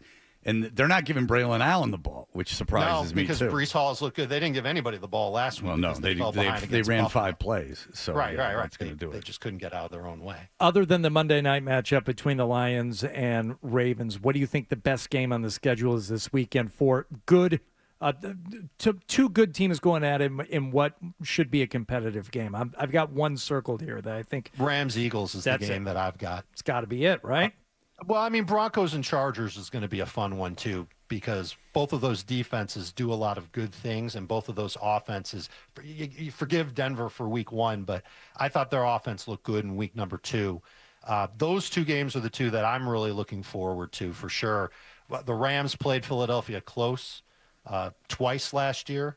I believe in both games, Jalen Hurts was really limited in terms of pass attempts and fantasy points. He did not have great games. That Rams defense has played really well. They took on an injury, though. They lost to Kello Witherspoon at corner.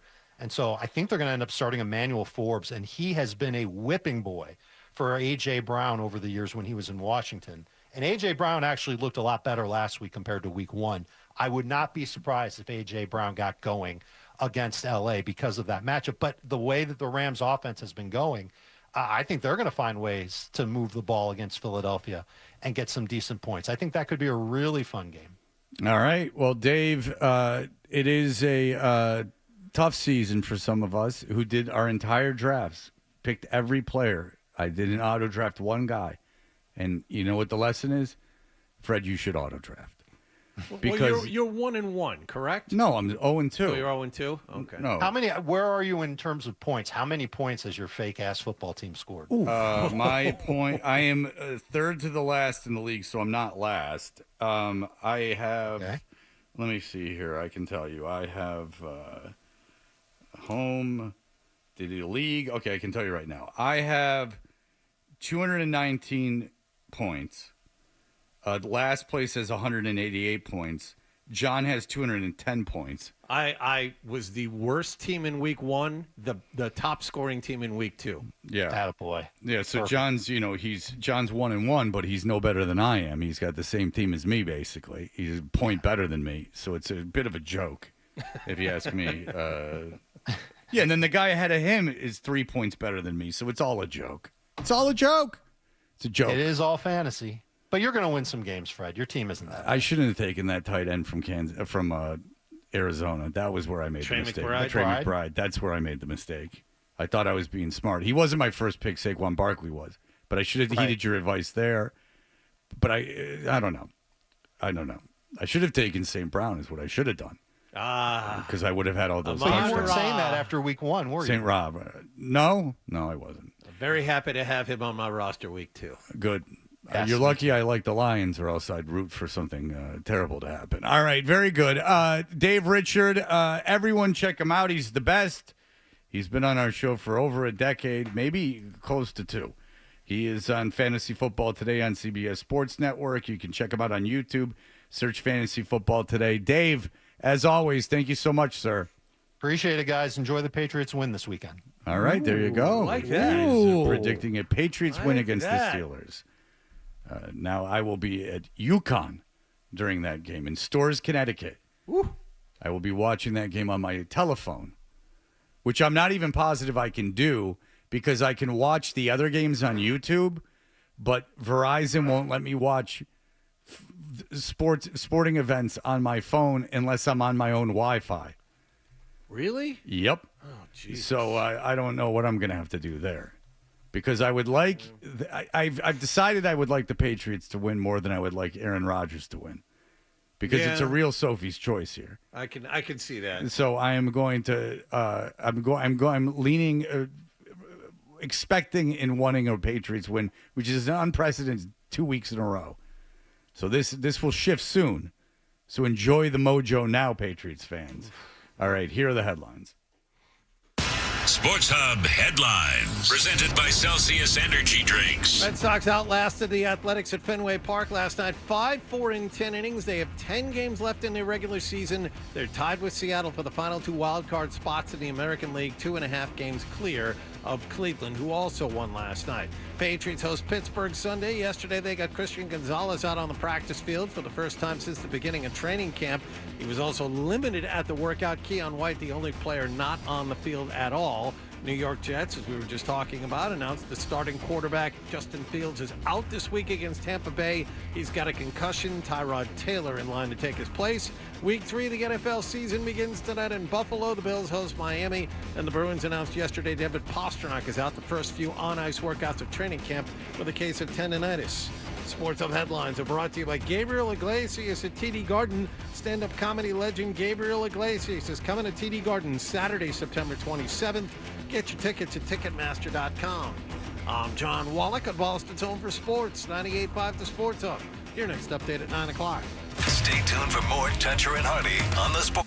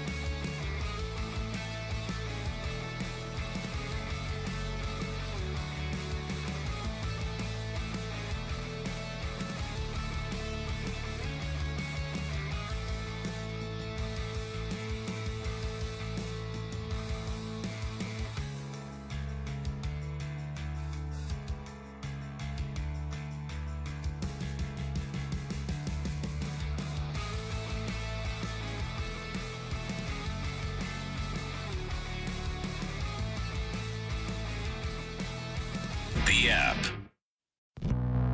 When it comes to the show, Hardy thinks the same way you do. Nothing happened. He's got the same questions. Where is the story? And the same opinions. Boring. And he's back with Fred on the Sports Hub. Oh, what is it that you would... What?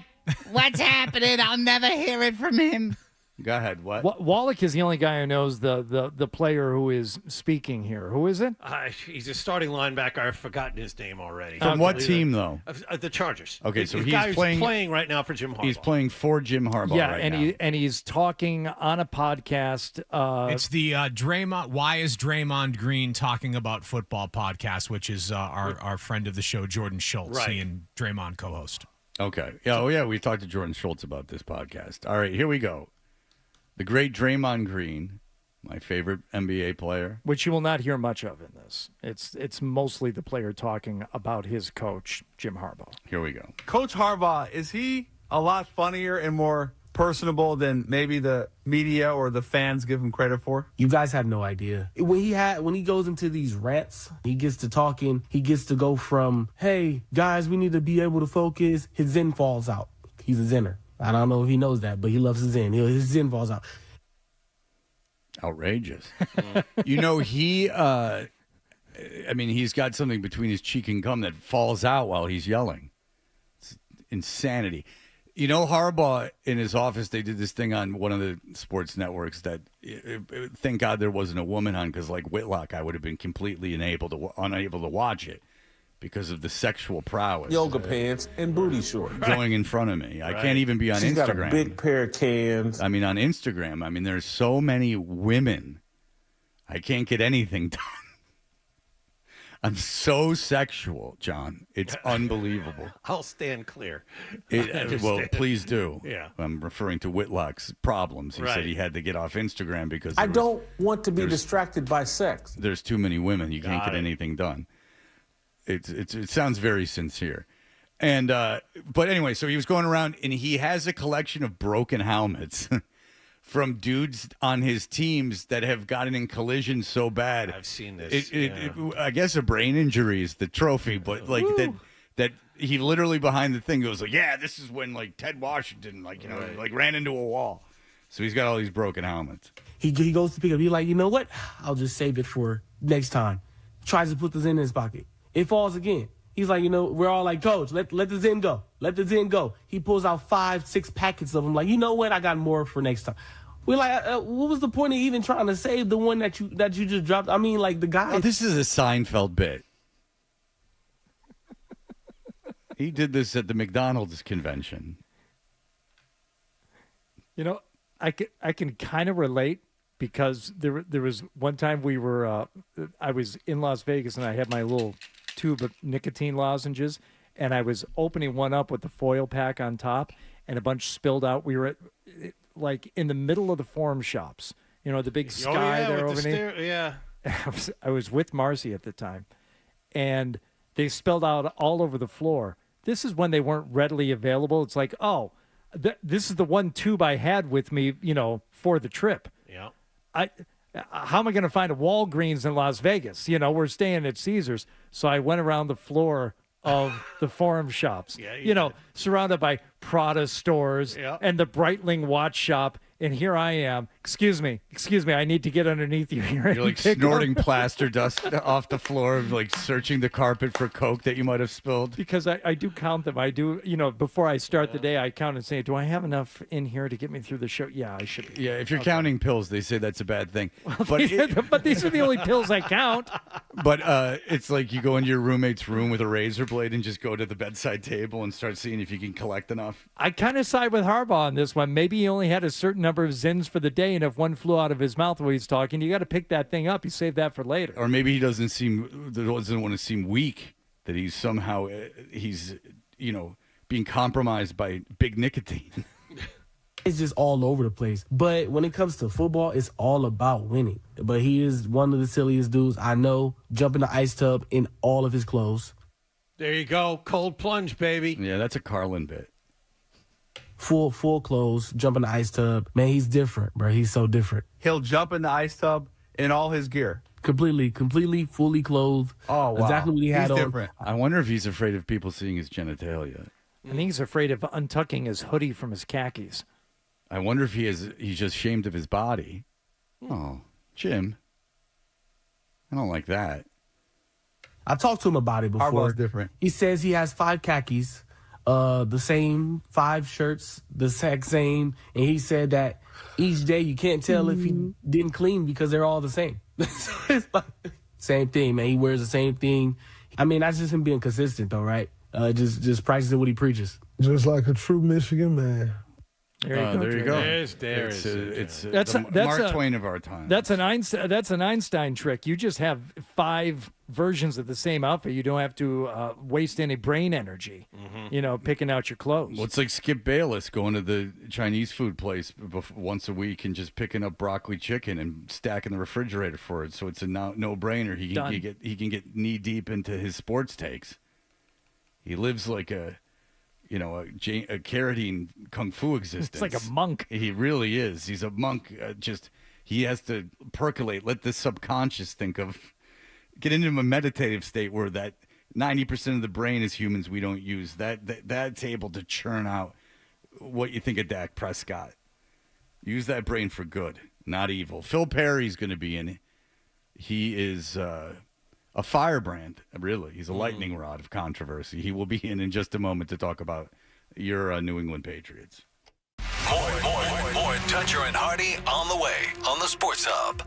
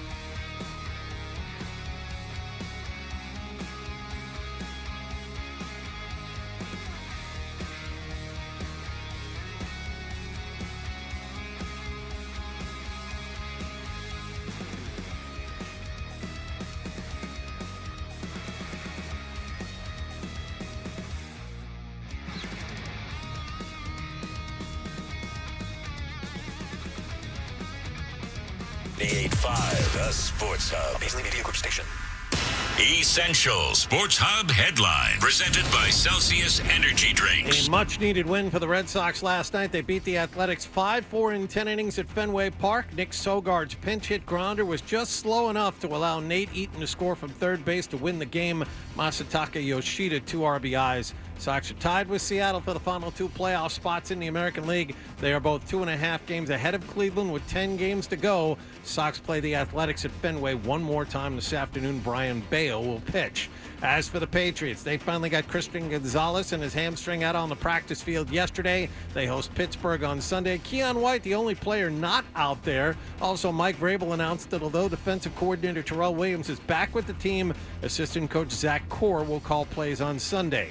Week 3 of the NFL season actually begins tonight in Buffalo. The Bills are big favorites against Miami, and the Bruins opened up training camp yesterday. It was day 1 for new head coach Marco Sturm, and he could not be any happier about that. This is a day I was looking forward to for a long time, kind of waiting for that. And now it's actually happened, so I'm really happy and excited about that to get things going tomorrow, get it going, and do what I love to do, is go on the ice with my players, with my staff, and get to work. Don Sweeney also announced yesterday David Pastrnak will miss the first few on-ice workouts of training camp with a case of tendonitis. The preseason begins on Sunday.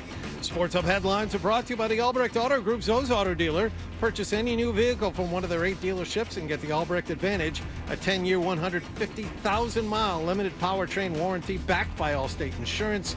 Connect with Albrecht at albrechtauto.com. I'm John Wallach at Boston's Home for Sports, 98.5 The Sports Hub. Your next update at 9:30. Boston Talk Sports. Trade Drake May. We all know what, but we won't say what. Yeah, worst take on these airwaves in the last 24 hours. We may not take a call today. The Sports Hub. What's the best way to listen to Toucher and Hardy? Well, you're going to have to spend $40. Cough it up, and let's get back to Toucher and Hardy on the Sports Hub. Excited to be back out there. I love football. This is what I do. So, I mean, it's been very challenging to be out for so long. But, I mean, I'm focused on here now, so not really too worried about the injury, and not really going to answer no questions on that. We're focused on the Steelers, so.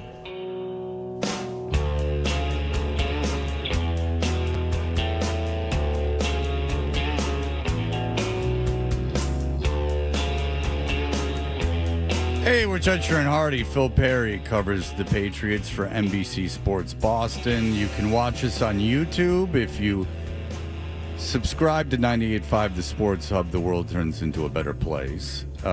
Phil Perry, we were worried about the team going to Miami where they've struggled against the quarterback that they've struggled against. And whatever's going on in Miami, be damned. I mean, they did overcome those hurdles and they did win. I heard Joe Murray and Dan Lifshatz talking about this last night. In their estimation, Drake May had the best performance, and I don't think this is patently false in any way, that Drake May had the best performance of any quarterback in the NFL on Sunday. Hardy's guy might have something to say about that. Yeah, Jared Goff. But just the idea that May could be in that conversation is a very positive one. Much to your chagrin. That's right. I'm not a big believer in Jared Goff, but credit where it's due. He had himself a nice day. It's all Ben Johnson. Whoops. Go ahead. Listen, all Johnny Morton. He's a genius. The fact that he's even in that conversation, to me, has to be very exciting for Patriots fans. And to me, you can't help but notice the way the offense changed last week and the differences there and how it helped Drake May be in that conversation. The fact that they were able to run the ball, to me, is number one. 4.2 yards per carry versus 3.3 in week 1. It might not sound like a massive, massive difference, but it changed everything for them.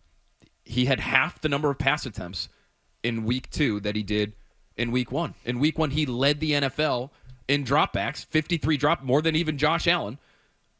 And in week 2, that number was decreased significantly because they were able to run the ball. I also really like some of the schematic stuff that they did, which was different. And again, they had the opportunity to do it, so maybe they would have tried this in week 1, but it was much more zone running. It was a lot of stuff they did last year. It was a lot of West Coast offense. And so I think sort of the unsung hero of that game on Sunday was a guy named Thomas Brown, who is the pass game coordinator and tight ends coach for the Patriots now. If you remember all the crap the Bears had to go through last year in terms of their coaching changes, he was quarterbacks coach, then offensive coordinator when they fired the offensive coordinator, then they fired the head coach and he became interim head coach. Very well-respected guy, has a West Coast background. Worked for Sean McVay for a number of years and understands all of this stuff, the zone running, the bootlegs off of it. They have a quarterback whose game meshes with that type of scheme really, really well. It hasn't been what Josh McDaniels has done. He's had Tom Brady and Mac Jones. He hasn't had a lot of guys that really fit that scheme.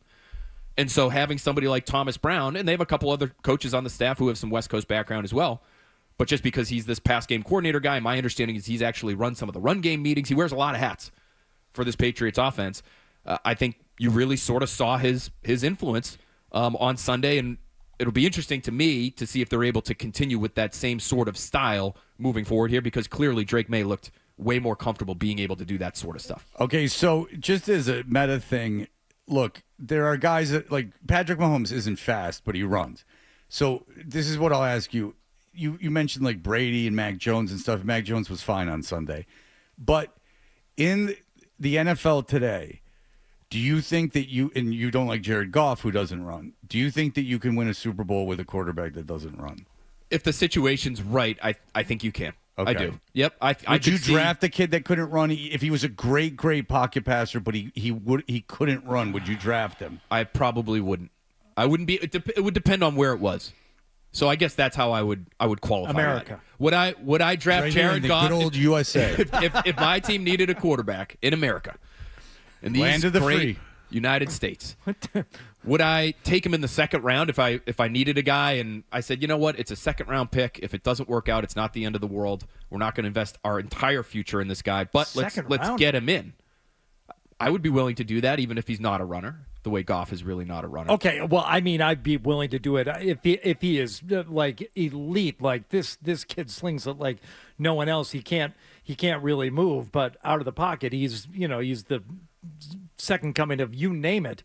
Yeah, I would take him anywhere, but it just limits so much what you can do, and also with the way the NFL is now with these pass rushers, you have so little time in the pocket. Generally. You don't understand how good he is. This kid that I have conjured up in my mind. No, real gunslinger. Yeah, I understand what you're saying. You just whip it. Big arm. Yeah, big arm kid. You're talking like a Jeff George kind of guy. I understand what you're saying. But I think what's interesting is, like, these guys don't even get to the draft without having that skill. You know what I mean? They get weeded out probably by the time they're in high school. Mac Jones didn't. If you can't run, he didn't. No, you're right. You're right. So he's one of the few. But even Mac Jones, I'm not going to tell he's an athlete. But he's, I think, more athletic than he gets credit for. He had, like, this same deal with Drew Brees, who was supposedly a world-class youth tennis player back in the day. Mac Jones, I don't think, was quite at that level, but was a pretty accomplished tennis player. So he wasn't unable to move. Right. But Drew Bledsoe, I don't think would really work these days. The only reason I brought it up is because the offense that you described, and not being a McDaniels type offense, requires a quarterback that can move. Like that requires the threat of him moving. Yes and no.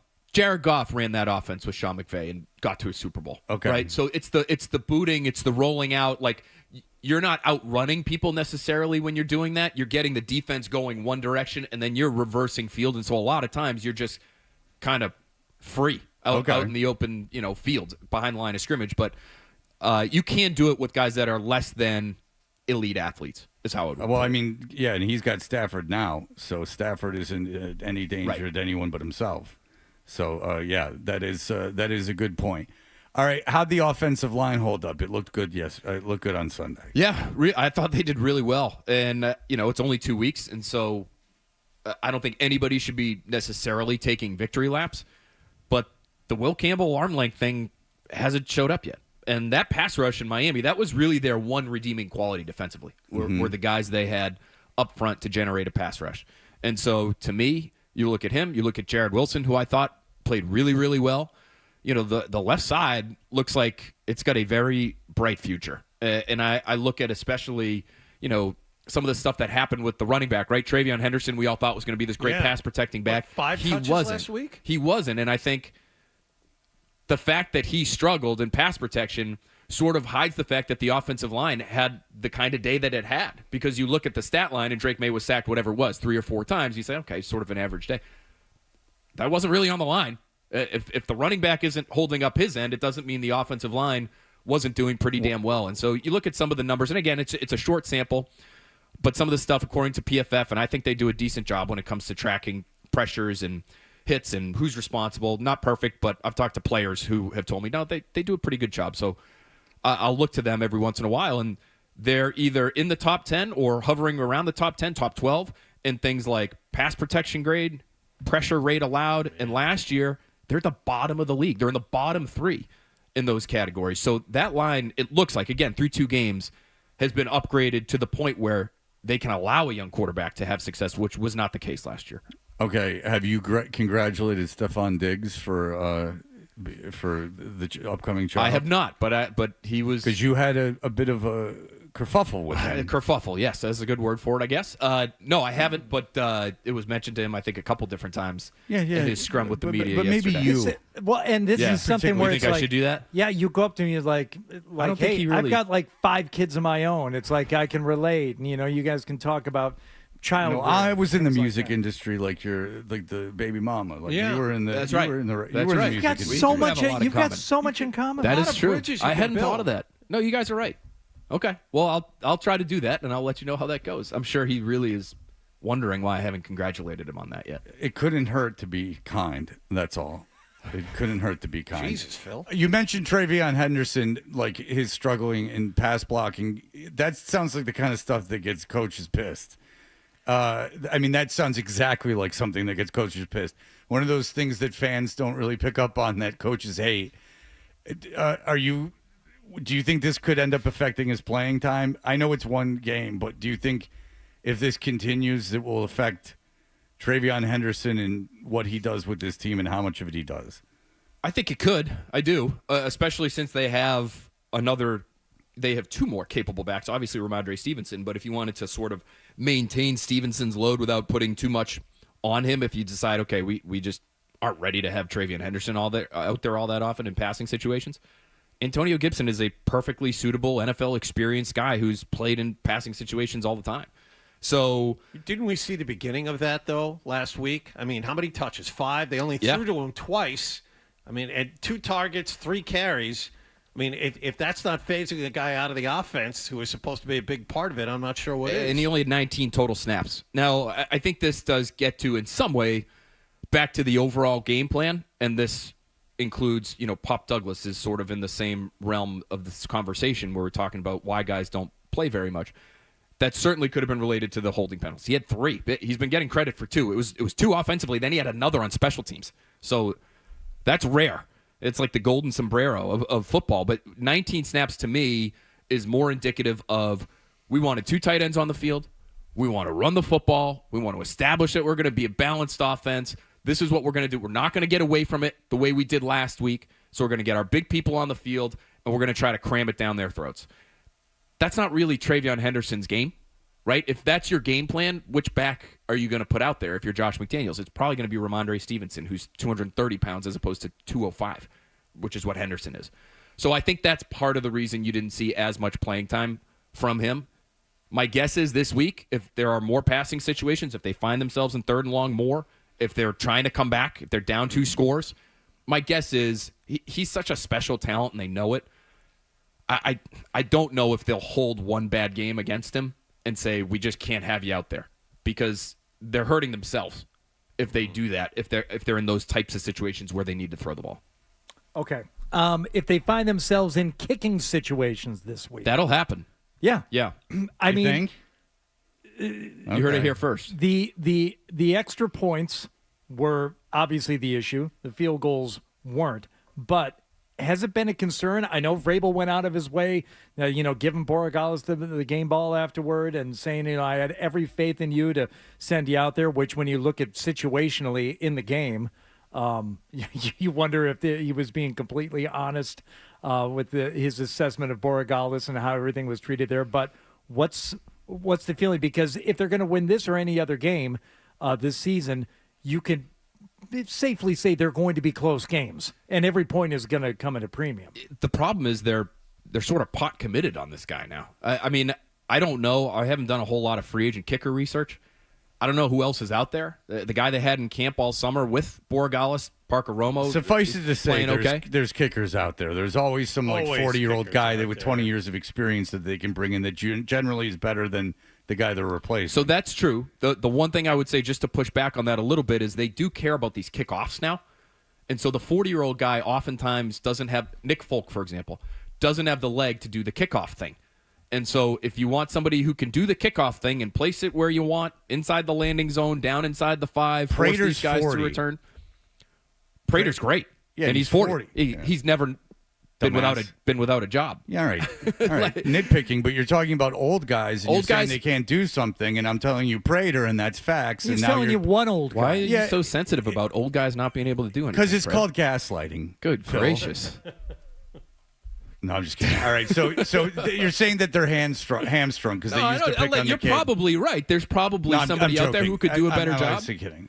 But I wasn't yes, at first, but no. They spent a draft pick on the guy. To me, that's why he made the team. I thought Parker Romo was a little better. It wasn't a crazy choice to pick Borregales over Parker. I probably would have gone with Parker, all things being equal. But you spend a draft pick on the guy, you want to make it work. And so they're trying to make it work. And I think it's been really interesting to see how Mike Vrabel handles somebody like him. Penalty and 2 missed extra points. That guy gets a game ball because he bounces back, I guess, with a 53-yard field goal. Again, then followed that up with a penalty that put the Dolphins on the 40-yard line in a close game. So he gets a game ball.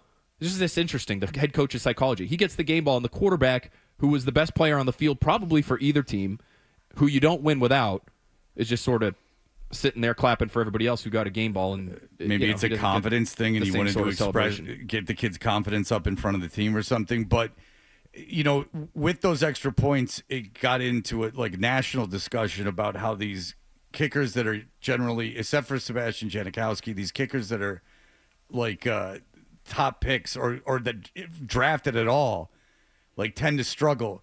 And then it brought back. Do you remember the kid at Michigan that Jim Harbaugh kept praising? He was a starting kicker for them as a freshman. He was their kicker for 4 years. Quinn Nardine, I think. Yeah, Quinn Nardine. Yeah, and Jim Harbaugh couldn't stop praising him, and he flamed out in the NFL. He was here.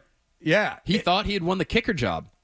This was an interesting story. So he thought he had won the kicker job. They kept him on the roster, I think because Belichick didn't want to put him on waivers and have somebody else pick him up. So he did a press conference the next day talking about how proud he was and that, how happy he was to have won the job. It turned out Bill just didn't want to. I think it was Nick Folk.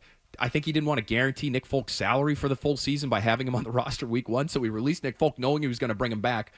Brought Folk back about a week later. Nardine, I don't think has been seen or heard from since. This was the guy that Harbaugh, I think he slept over his house to make sure that he had committed to Michigan. There was all sorts of crazy stories about Harbaugh's love for the guy. But but during his career at Michigan, he wouldn't stop. He praised the kid like he was, an inside linebacker. He talked about the kid I see what you're saying. He's glowing praise. No. That's not even. I'm not even making that connection. Even though I understand what you're doing, it's more that even these kickers that you heard about in college flame out in the NFL. It is interesting what happens between, because those are pressure kicks. Sure. I mean, you're in Big Ten games in front of 100,000 people. It's not like you haven't done it. You're against, I guess if you're afraid of a kick being blocked, you're against elite talent. You are. It's just why that doesn't transfer to the NFL is a very strange thing. And there's, a list of guys that have been drafted that flamed out. While all these undrafted free agents become... You're right, because all the other excuses on the game, it's the speed of the game and the size of the guy, that part of it doesn't change. No, and the pressure doesn't change because I'd argue, I'll throw a team out there, if you're kicking for Alabama in the national championship game, the blowback if you miss that kick is greater than if you miss a kick in an NFL game. Short of the Super Bowl, you're... the kicker in Buffalo during the Super Bowl against the Giants. Scott Norwood. Short of that kick, those Alabama fans, forever you'll be remembered as the kid that missed the kick. I'd much rather miss the Super Bowl kick, quite frankly, than an Alabama kick in a national championship game. No. I mean, you hear those callers to Paul Feinbaum, they're psychopaths. They are. You're right. I agree with you wholeheartedly there. I don't know why that is. And I wouldn't say, listen, I know a lot of people out there probably would love to give up on Andy Borregales right now. I would just say, guys, young kickers tend to struggle early And we've seen two guys here struggle early in their careers and eventually fix it and become really good. That is true. Vinatieri struggled early at times. Yeah. Steven Gostkowski struggled early at times, did not always have the confidence of his coaching staff. And so I think this is probably why Vrabel's treating him the way he is. He just wants to sort of if you can get through this and come out the other side, maybe you do have somebody who can be a consistent guy for you. All right, we will talk about the matchup coming up on Sunday at home against the Pittsburgh Steelers and Aaron Rodgers, who will be in town. You'll feel it when he gets here. Yeah. Like he'll be in your vicinity. His aura? Yeah, oh yeah, it's a vibe, baby. It's a vibration in the air. You'll feel it. Yeah, everyone's saying aura now. That just became a thing. The kids are saying aura these the kids days, are aren't saying they? aura. Yeah. That's right. All right, we'll be back in just a moment with more from Phil Perry. You're listening to Toucher and Hardy on the Sports Hub. If you want to have an aura.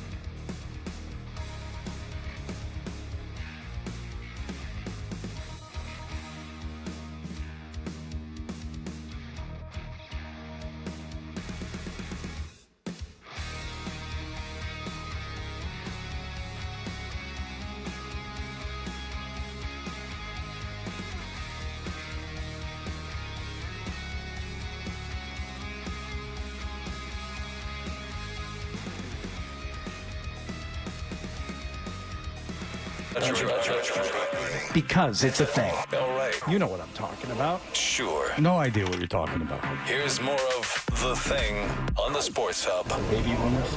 Who is that? You. Oh, my personal life? I told you about that. We won't talk too much about my personal life, but I heard about it. Any celebrations that we'll see in the... We'll see. We are Toucher and Hardy. John and Phil were having a spirited discussion off air about several very controversial topics. No, I'm just kidding. About Christian Gonzalez. He's back at practice. And what's funny to me is he hasn't practiced in weeks. But yet, here we are saying that you have to practice. So I just gave this example. Say Booty it has a 1,500-yard receiving season with like 11 touchdowns. He's the greatest thing ever. If I'm Booty, I'm like, I am not practicing. It's not required. Like, if you can miss like a month and a half of practices, 2 months of practices, and then just put on a helmet on a Wednesday and play in a game, why the hell do I have to practice? Do you understand what I'm saying? Sure. Like, it's certain positions, and we talked about this before, like why can a corner not practice? Well, at certain positions, it's really not required. Well, then, like Sauce Gardner, like I'm going to play, but I'm not going to tackle. Like, that's, it just seems like you're wasting everyone's time. I don't know. Do you think Christian Gonzalez is going to play on Sunday? I don't know this, but I would just say based on him talking to us yesterday, his demeanor in that session, Mike Vrabel talking about it yesterday, as dismissive as he was of the questions, and I think that's what ticked him off. There were so many injury questions, Christian Gonzalez injury questions, general injury questions. He was asked a question about the Miami game. It got to the point where team spokesperson Stacey James said, okay, 2 more questions, guys. He took 1 more and left. Said, thanks, guys. See you later. He was not happy. But it does seem like this has been sort of the week of the grand unveiling of Christian Gonzalez. He did that interview with Good Morning Football earlier this week. That was sort of odd given that he hadn't played or practiced since July 28th. So if I had to guess, I would say, yeah, I think he's going to play. Now, does that mean he's going to get a full complement of snaps? I doubt it. That would be really shocking to me if he plays 60 snaps on Sunday. So how do you package it together? I don't know. Do you just play him on third downs? Do you just play him, one series on, 1 series off, and try to work him back in? Can I ask you a question? What if someone gets hurt? Like, what if he's on your active roster, and he's there on game day, and you want to limit his snaps? What happens if someone gets hurt? To me, in that situation, you would stick with the plan for Gonzalez and say Carlton Davis, who's dealing with an Achilles issue apparently that limited him in practice yesterday. Then you would really lean on Alex Austin, Marcus Jones, and whether it's, one of your special teams corners. They do have a couple that are on the roster that play a lot. Essentially, you'd sacrifice perhaps winning the game to keep Gonzalez's snaps limited. I just don't think you think that would be the difference between winning and losing. If Carlton Davis gets hurt and you can't play Christian Gonzalez every snap. If you're missing your 2 starting corners, that could be the difference of winning and losing. But how would not playing Christian Gonzalez at all help you in that situation? You could have someone else on the active roster. But that's what I'm saying. Would that guy who's like the 46th guy on the roster really be the difference? Like, if you're playing him, your odds of winning and losing are very low anyway. You might as well have Gonzalez on the field for a handful of snaps. That, to me, would be more beneficial. Okay. But the question we were talking about during the first hour of the show is, would you, because this is his first week back in real practice and on the field and figuring things out with his injury, would you just have him practice this week and not play, maybe practice next week and then play, or save him for week 4 or week 5, considering the injury he's coming off? I would almost treat the game like a practice, and I would just say, hey, okay, if they had 30 competitive snaps in practice yesterday, I'm just throwing a number out there. Did he play 10? Okay. Then maybe today he plays 15. Then maybe in the game he plays 15. And then by the time you get to next Wednesday, maybe that number's up to 25. And then maybe by the end of the week, you feel okay about him playing maybe 30, 35 snaps. It's just such a long period of time. You're right to wonder, how can he just get out there and start running around with the best athletes on the plane? DK Metcalf is a physical freak. The other receiver who they use all the time, Calvin Austin, is much smaller, but he's a really, really fast little guy. And so does that make a lot of sense to basically have 2 practices, if you're treating the Friday practice almost like a walkthrough, have 2 practices with pads on, with a helmet on, and then get out there and try to run around with these guys? It just doesn't it doesn't make a ton of sense. But if you're treating it all as a slow ramp up, then maybe you can look at Sunday as a continuation of that process and not say, okay, it's go time. You're out there for the entirety of this game. It's just another step in his progress back to full health and full participation. It's funny because it's just you don't think of football coaches being that way. Like that's like more of a baseball pitcher kind of situation.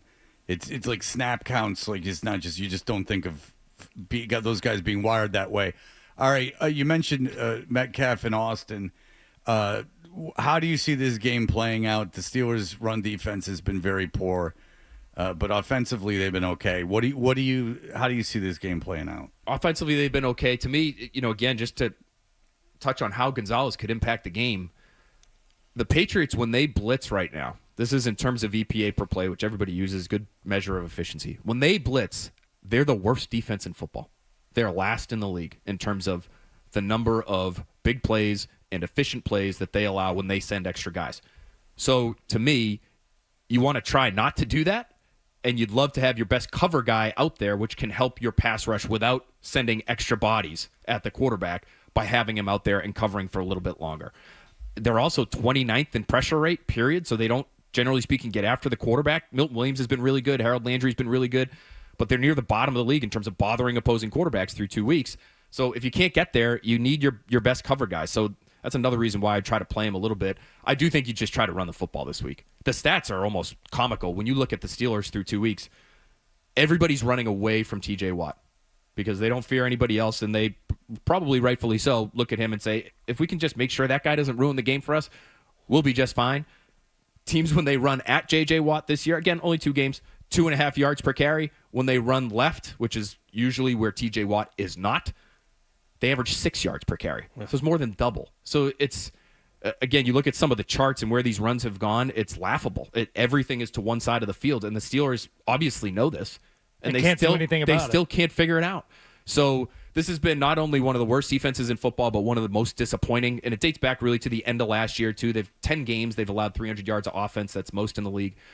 They have 5 players that are on the cap at least, which is fake money, but it's just sort of indicative of how expensive their defense is. They have 5 guys on the cap who are making almost $18 million per year on defense alone, which is 2 more than any other team. And they're still in the bottom 10 in just about every single category. So this is a good opportunity for the Patriots. You should be able to run the ball. You should be able to stay balanced the way they were in Miami, and you should be able to score points. Aaron Rodgers, to me, has actually looked pretty good.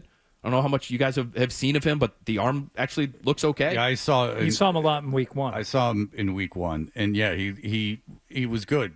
Where he was throwing, there was no run. I mean, he was throwing to guys that were wide open, but he was. Why?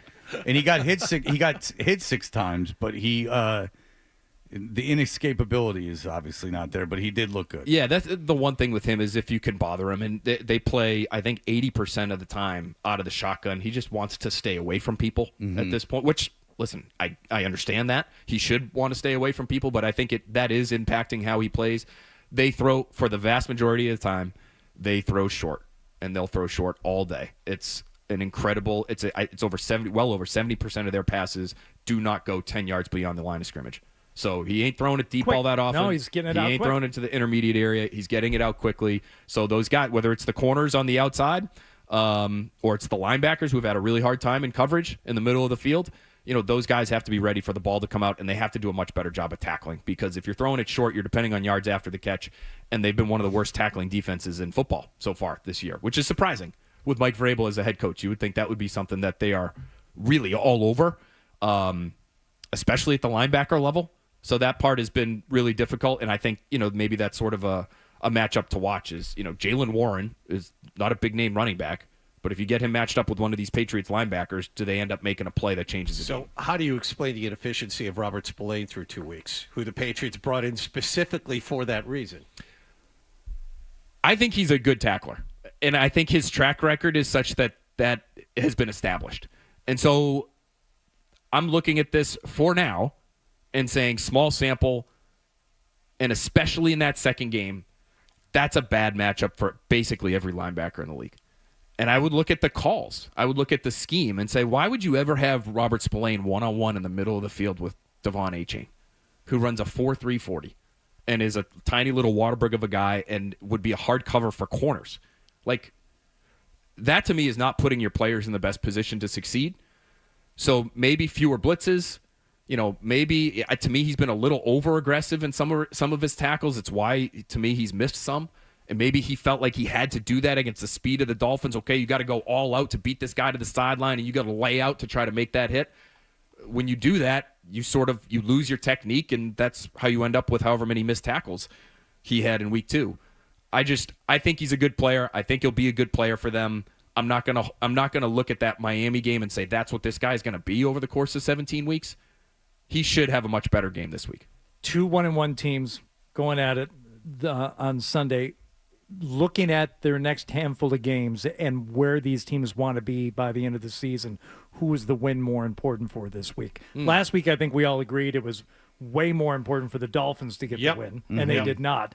Who's it more important for, Patriots or Steelers? It's interesting because when I think of the Steelers, I think of Tomlin, and I just think that they're in the mix every year, and that if they go 1-2 to start any season with Tomlin, they probably shouldn't panic because odds are they're going to end up with 9 wins-ish. And they've also matter what. They've got Minnesota, Cleveland, Cincinnati in their 3 games after the Patriots. And it's obviously Minnesota with a backup quarterback. Not that the second year guy's been all that good. And Cincinnati backup quarterback. And really Cleveland with a backup quarterback, if you think about it. Yeah. But I would say it's more important for the Patriots because I think if you can get this win, it gives you some real juice moving forward. You're 2-1. You're looking at maybe 3-1 because you're playing the Panthers. You start to develop a little bit of excitement around your football team, which they haven't had in years. See, I think it's more important for the Steelers because the Steelers are all in on this season with the Rodgers thing. True. And people in Pittsburgh do not like Tomlin. That's very split. And I'd even say it's 75% against Tomlin because he hasn't done anything in the playoffs. So in terms of the fan base, they're not in love with him. Aaron Rodgers, I can tell you from experience, it's easy to fall out of love with him. Really? Yeah. So the Patriots aren't making the playoffs. So the thing is, I know they beat Miami, and that was great, and I wanted them to win that game. But just in terms of who it means more to, I do think it means more to the Steelers because they actually have playoff fantasies. Where I think that the Patriots, that's an unrealistic goal. I just look at this. You're playing at home, too. When's the last time they won a meaningful game at home? Was it they beat the Bills beat the Jets a couple years? Well, they beat the Jets last year, but I don't know if I call that meaningful. They beat the Bills at home a few years ago with Mac Jones. That felt like, at the time, that felt like sort of an exciting win for that. Something. But it's been a while, so they the fans deserve to see them actually play well at home, and so there's an opportunity. I didn't say they didn't deserve that. I'm just saying that I think I don't doubt the importance to the Patriots. I'm just saying that the fan base in Pittsburgh is not this. I hear it all the time around here, like, oh well, they make the playoffs all the time. They're so consistent. Yeah, but it's not like the fan base is like, great, we're consistent. There's still pressure on Tomlin, is what you're saying. There's an incredible amount of pressure on Tomlin. And there's an incredible amount of pressure on him this year because of Aaron Rodgers, even more so. So you have a fan base that doesn't like the coach, that's upset at the coach, that wants him gone, and therefore is upset at ownership. Then you bring in Aaron Rodgers. And so the idea there is, all right, this is the idea in Pittsburgh. It might not be the reality, but it's the idea with the fan base. This should be Tomlin's last chance. That if we don't win a playoff game this year, Tomlin should be gone. Win a playoff game, not make the playoffs. Win a playoff game. Like you said, they have all that money invested in the defense. They went and got DK Metcalf. They got Ramsey. Like they went in on this season and.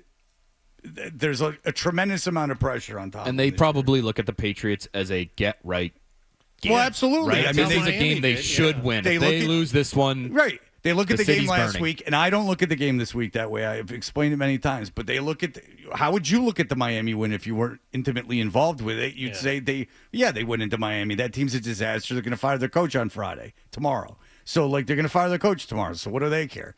Like, that's the way the fan base looks at it. So this isn't you guys, but Felger especially. Like people say, like this is this, utopian society of Steeler fans. They're way more pissed at the team than the Patriots fans are. There's an apathy around here that's set in a little bit, and that is not existed with the Steelers. Partially because they always make the playoffs. You feel it when I've traveled there in recent years, and the Patriots have beat them. That You listen to sports radio immediately after the game there in Pittsburgh, and they are crushing the head coach. So yeah, you're right. I didn't. They're not like a fun fan base. I didn't know things because I think Tomlin is kind of one of these universally, if not liked, respected guys that are around the league from outsiders. I had no idea that things had He'll never get fired. I don't think mid-season though. Okay, You know? do you think does it, So, we have he's to gonna break? be here. I know, Adam, we have to break. But okay, do you think the coach at Alabama is a good coach? He made the national. I'll answer for you because we don't have time. He made a national championship game with Washington. Yep. There's a reason he got the Alabama jump. DeBoer. If DeBoer loses 2 games this season, it's over. They want him gone. They want him gone for losing to Texas. So, like, the standards are much different in Alabama than they are at Michigan State. The standards at Pittsburgh are way different than they are in New England right now. Now, they were the same, but you see what happens when you suck for a while. The expectations are lower. Phil, thank you so much. We appreciate Thank you, the guys. time. Talk to you soon. NBC Sports Boston, rather. I have the networks on my mind as they are going insane right now. But NBC Sports Boston is where you can see them. We'll be back in just a moment. Here are the headlines.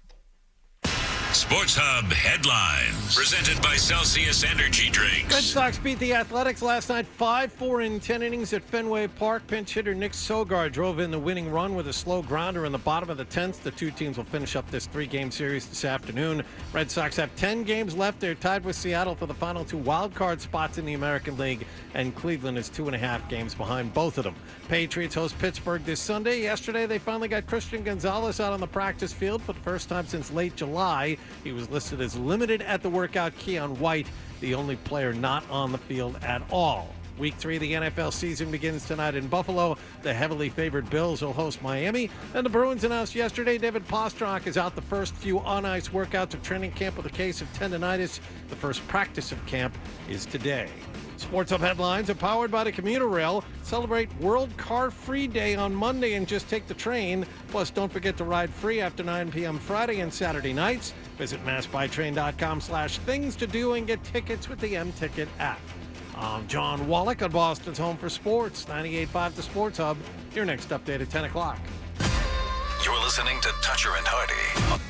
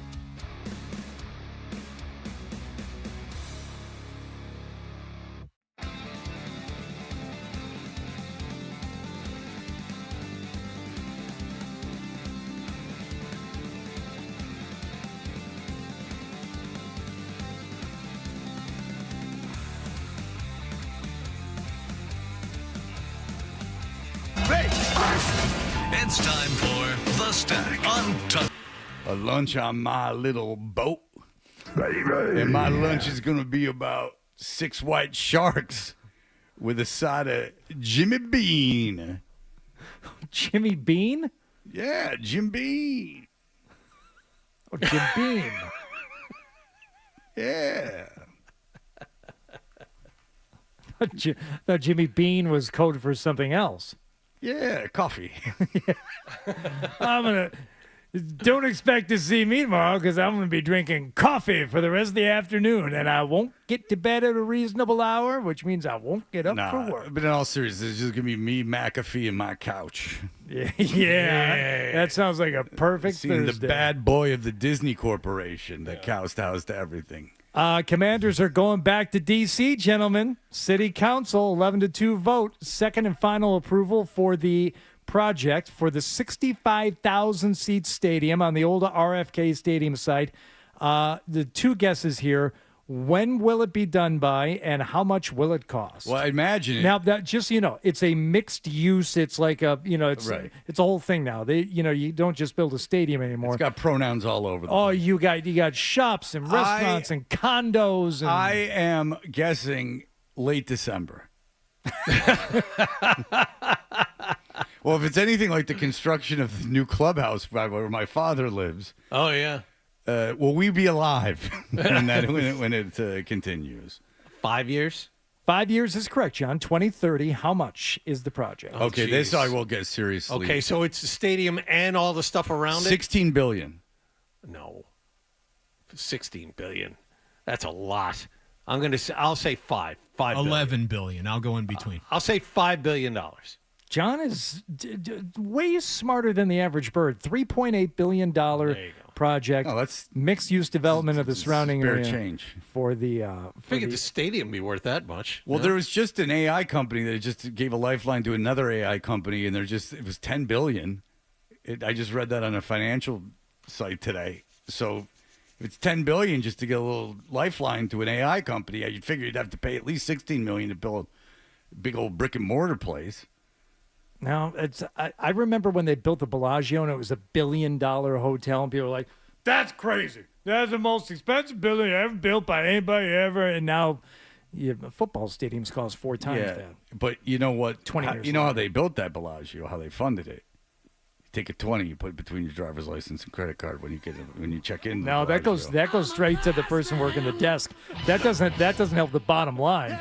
Didn't see that coming. Well, you get loyal workers who work for less money. So in the long run, It's all connected.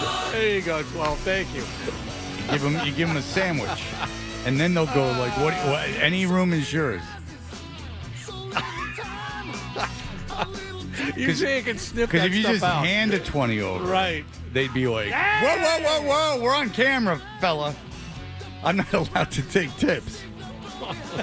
This is Las Vegas. What do you think Vegas this is is? the service industry. There are very strict rules on taking tips. Next thing, our dealers will take tips. And they affect, hundreds of thousands of dollars a day. You want me to just sit here and take money from you out in the open in Las Vegas? Why don't you go try that at the Spearmint Rhino and see how long you last? Hand one of those ladies cash. Good luck. How are we going to pay taxes if it's all cash? I want Daddy IRS coming after me. Yeah. Sly. Here, put your Fleece Johnson photo up with all the other memorabilia. Right next to the popsicle I have sign. an ounce of morality, and that's where I draw the line. Is I am not going to celebrate Fleece Johnson any longer. He is a bad person. I'm not putting that up there. I don't. It was funny when I first saw it because I was like, "Oh, okay," and then I learned more about it, and I'm like, "This isn't funny at all. This is terrible," and it's an indictment of the prison